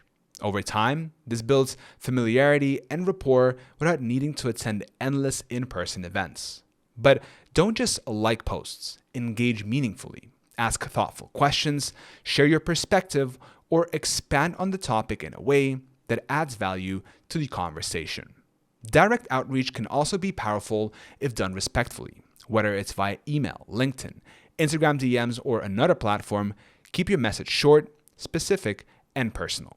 Show that you've taken the time to learn about the person, explain why you're reaching out, and suggest a clear next step, like a short call or collaboration idea. Generic copy and paste messages rarely get responses. Personalization is what gets noticed. Collaborations are one of the fastest ways to grow your network and audience. This could be co-hosting a webinar, guesting on a podcast, writing a guest article, or doing a joint social media campaign. Collaborations work best when they're win-win, meaning both sides benefit from the partnership. They also allow you to borrow each other's audiences, introducing you to potential customers who already trust the other person. Consistency matters in relationship building. Just like with marketing, you can't show up once and expect results. Check in with your contacts periodically, send them relevant articles or updates, congratulate them on wins, and offer help when you see an opportunity. These small touches over time deepen the relationship and keep you on their radar. Another thing to understand is that networking isn't just about connecting upward to bigger names. It's also about building strong relationships sideways and even downward. Your peers and people just starting out in your space can grow into major players over time. And if you've built a genuine relationship early, those bonds can pay off in ways you cannot predict. In-person networking still has a place, especially for deepening relationships formed online. Industry events, conferences, and meetups create opportunities for richer conversations and more memorable connections. Even in the digital age, a face-to-face meeting can accelerate trust and create a stronger bond. Finally, Remember that relationships compound. The more people know you, the more introductions you get, the more opportunities appear, and the easier it becomes to meet even more people. Over time, your network becomes a self-sustaining ecosystem that continually brings you ideas, partnerships, clients, and friends. In business, skills get you in the game, but relationships are often what take you to the next level. If you treat networking not as a one-off activity, but as an ongoing habit of giving, connecting, and staying in touch, you will build a network that supports your success for years to come. Chapter 32, Long-Term Wealth Building for Online Entrepreneurs. Making money online is exciting, but if you want lasting security and freedom, you can't just focus on income. You need to think about wealth. Income is what you earn. Wealth is what you keep, grow, and protect over time. Plenty of entrepreneurs make impressive revenue numbers, but end up broke because they never learned how to manage and multiply their money. Building long-term wealth is about turning your business success into financial security that lasts for decades, not just months. The first step in wealth building is mastering your personal and business finances. You need to know exactly how much money is coming in, how much is going out, and where it's going. This means creating a simple but clear profit and loss statement for your business and tracking your personal expenses. If you don't know your numbers, you're flying blind, and it's almost impossible to make smart financial decisions without that clarity. Once you have a handle on your numbers, the next step is to separate your money into clear categories. At a minimum, have separate accounts for operating expenses, taxes, and profit. Too many entrepreneurs get caught off guard by tax bills or unexpected costs because they treat all their revenue as spending money. A good rule of thumb is to set aside a percentage of every dollar you earn for taxes right away so you're never scrambling at the end of the year. Saving is important, but saving alone won't build wealth. Inflation means that money sitting in a regular bank account loses value over time. That's why investing is crucial. Once you've built an emergency fund, typically 3 to 6 months of expenses, start putting your surplus into assets that grow over time, like index funds, real estate, or dividend-paying stocks. These are proven ways to build wealth steadily without relying on luck or risky speculation. As an online entrepreneur, you also have the opportunity to reinvest profits back into your business, often with higher returns than traditional investments. This could mean improving your marketing, hiring more team members, developing new products, or expanding into new markets. Reinvesting in your business can accelerate growth, but it should be balanced with building outside investments so all your wealth isn't tied to one source. Diversification is another key principle.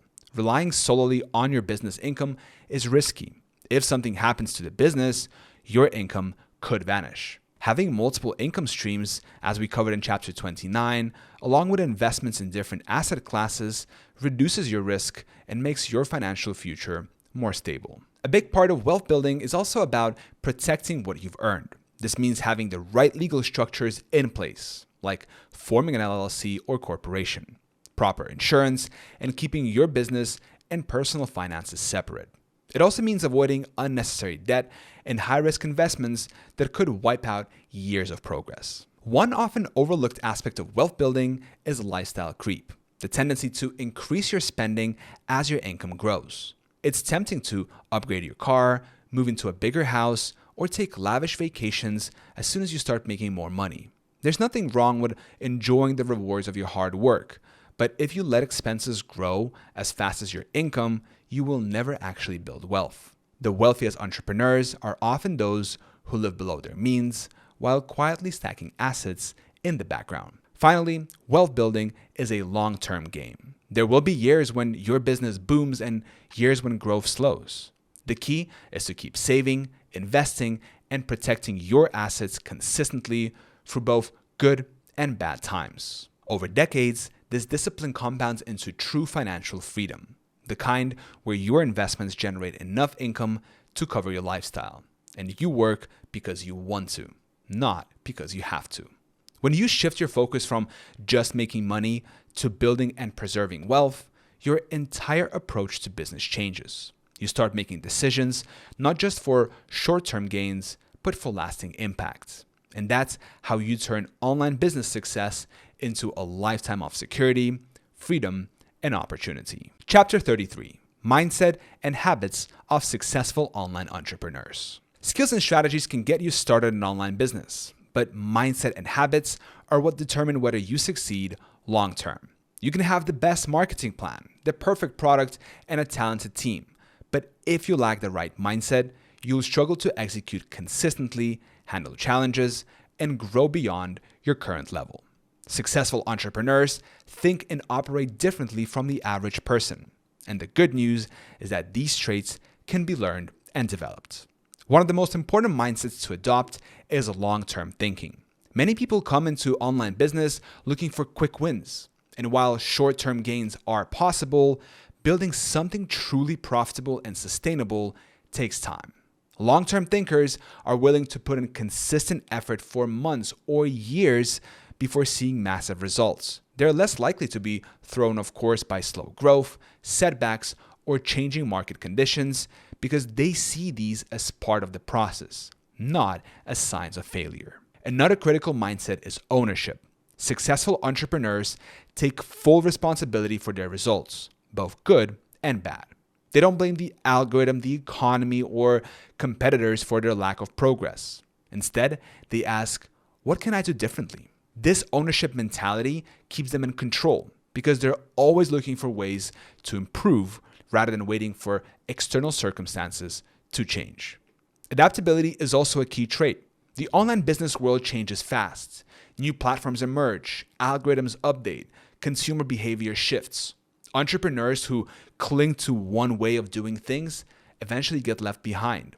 The most successful business owners are constantly learning, testing, and adjusting. They stay curious and open-minded, willing to try new approaches while still staying true to their core mission. Habits are where mindset turns into action. One habit nearly all successful entrepreneurs share is consistent daily progress. They focus on moving the needle every day, even if it's just a small step. Instead of waiting for bursts of motivation, they rely on routines and systems that make progress automatic. Over time, these small, consistent actions compound into big results. Another powerful habit is protecting focus. In a world full of distractions, the ability to work deeply on high-impact tasks is rare and valuable. Successful entrepreneurs set boundaries. They turn off notifications, schedule focused work blocks, and avoid getting caught up in low-value tasks like constantly checking email or scrolling social media. They know their time is their most valuable asset and guard it fiercely. Continuous learning is another habit that sets top entrepreneurs apart. They read books, listen to podcasts, take courses, attend events, and surround themselves with people who push them to grow. They're not afraid to invest in their own education because they understand that their skills and knowledge are the ultimate competitive advantage. Resilience is both a mindset and a habit. Every entrepreneur faces setbacks, failed product launches, unhappy customers, financial challenges. The difference between those who quit and those who succeed is how they respond. Successful entrepreneurs process the setback, learn from it, and keep going. They see challenges as lessons, not as signs to stop. Finally, the most successful entrepreneurs build habits that support their health and energy. They know that they cannot perform at their best if they're burned out, exhausted, or unhealthy. Regular exercise, good nutrition, adequate sleep, and mental health practices like meditation or journaling are not luxuries. They're part of the foundation that allows them to operate at a high level day after day. Mindset and habits might not be as exciting as marketing hacks or product launches, but they're the invisible drivers of success. They're what keep you going when things get tough, and they're what allow you to keep winning when things go well. If you develop the mindset of a long-term, adaptable, resilient problem solver and back it up with daily habits that protect your focus, energy, and growth, there's almost no limit to what you can achieve in online business. Chapter 34, Avoiding Common Pitfalls and Scams in the Online Business World. The internet has made it easier than ever to start a business, but it's also made it easier for bad actors to prey on beginners. For every genuine opportunity, there are dozens of scams, overpriced get-rich-quick programs, and well-meaning mistakes that can cost you time, money, and confidence. If you want to succeed in the online business world, you need to learn how to spot the traps and avoid them. One of the biggest pitfalls is shiny object syndrome, constantly jumping from one idea, business model, or platform to another because you're chasing the latest trend or promise. You see a YouTube video about dropshipping and think, that's it. Then, 2 weeks later, someone tells you affiliate marketing is better, so you switch. Then you hear about a new social media platform and shift all your focus there. The problem isn't the opportunities. Many business models can work. It's that you never stick with one long enough to see results. Real success requires focus and consistency, not constantly restarting. Another danger is overinvesting in the wrong things too early. It's easy to get caught up in spending or fancy branding, expensive websites, and premium software before you validated your idea. In the early stages, your priority should be testing your offer and finding customers, not perfecting every deal. There's nothing wrong with upgrading later, but blowing your budget before you've made your first sale can put you in a hole that's hard to climb out of. Then there are the too good to be true programs. If someone promises you'll make thousands of dollars a week with no work or just 30 minutes a day, it's almost always a scam or at best a misleading sales pitch. Real online businesses take effort, skill, and time to grow. If there's no clear explanation of how the business works, or if it relies entirely on you recruiting others to join, that's a red flag. Always research the person or company making the offer, read reviews from independent sources, and trust your gut. Another common trap is buying too many courses and never implementing. Education is important, but consuming information without taking action leads to what's called course junkie syndrome. You feel productive because you're learning, but nothing changes in your actual business. The best approach is to choose one high-quality program, follow it fully, and apply what you learn before moving on to the next. Be wary of copying other people's businesses too closely. It's one thing to be inspired by a successful model. It's another to clone someone's product, website, or marketing word for word. Not only is it unethical, but it also rarely works because you're missing the deeper understanding of why their strategy works for their audience. The most successful businesses adapt proven models to their own voice, market, and strengths. One more pitfall is ignoring legal and financial basics. Even if your business is small, you should keep clear records, separate your personal and business finances, and follow relevant tax and legal requirements in your country. Failing to do this can lead to tax trouble, legal disputes, or unexpected bills down the line. It's not the fun part of entrepreneurship, but it's essential for protecting yourself and your business. When it comes to scams, there are a few universal warning signs. High-pressure sales tactics, this deal ends tonight. Vague or no explanation of the actual business model. Testimonials that sound scripted or fake. And promises of guaranteed income. A legitimate opportunity should be able to clearly explain how it works, what's required from you, and what the risks are.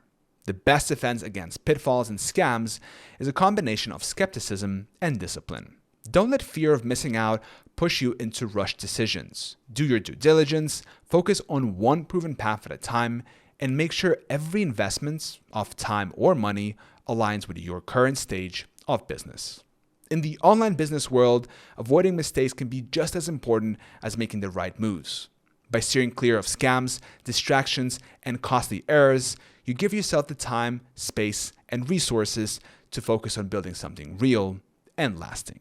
Chapter 35, Final Thoughts and Your Action Plan.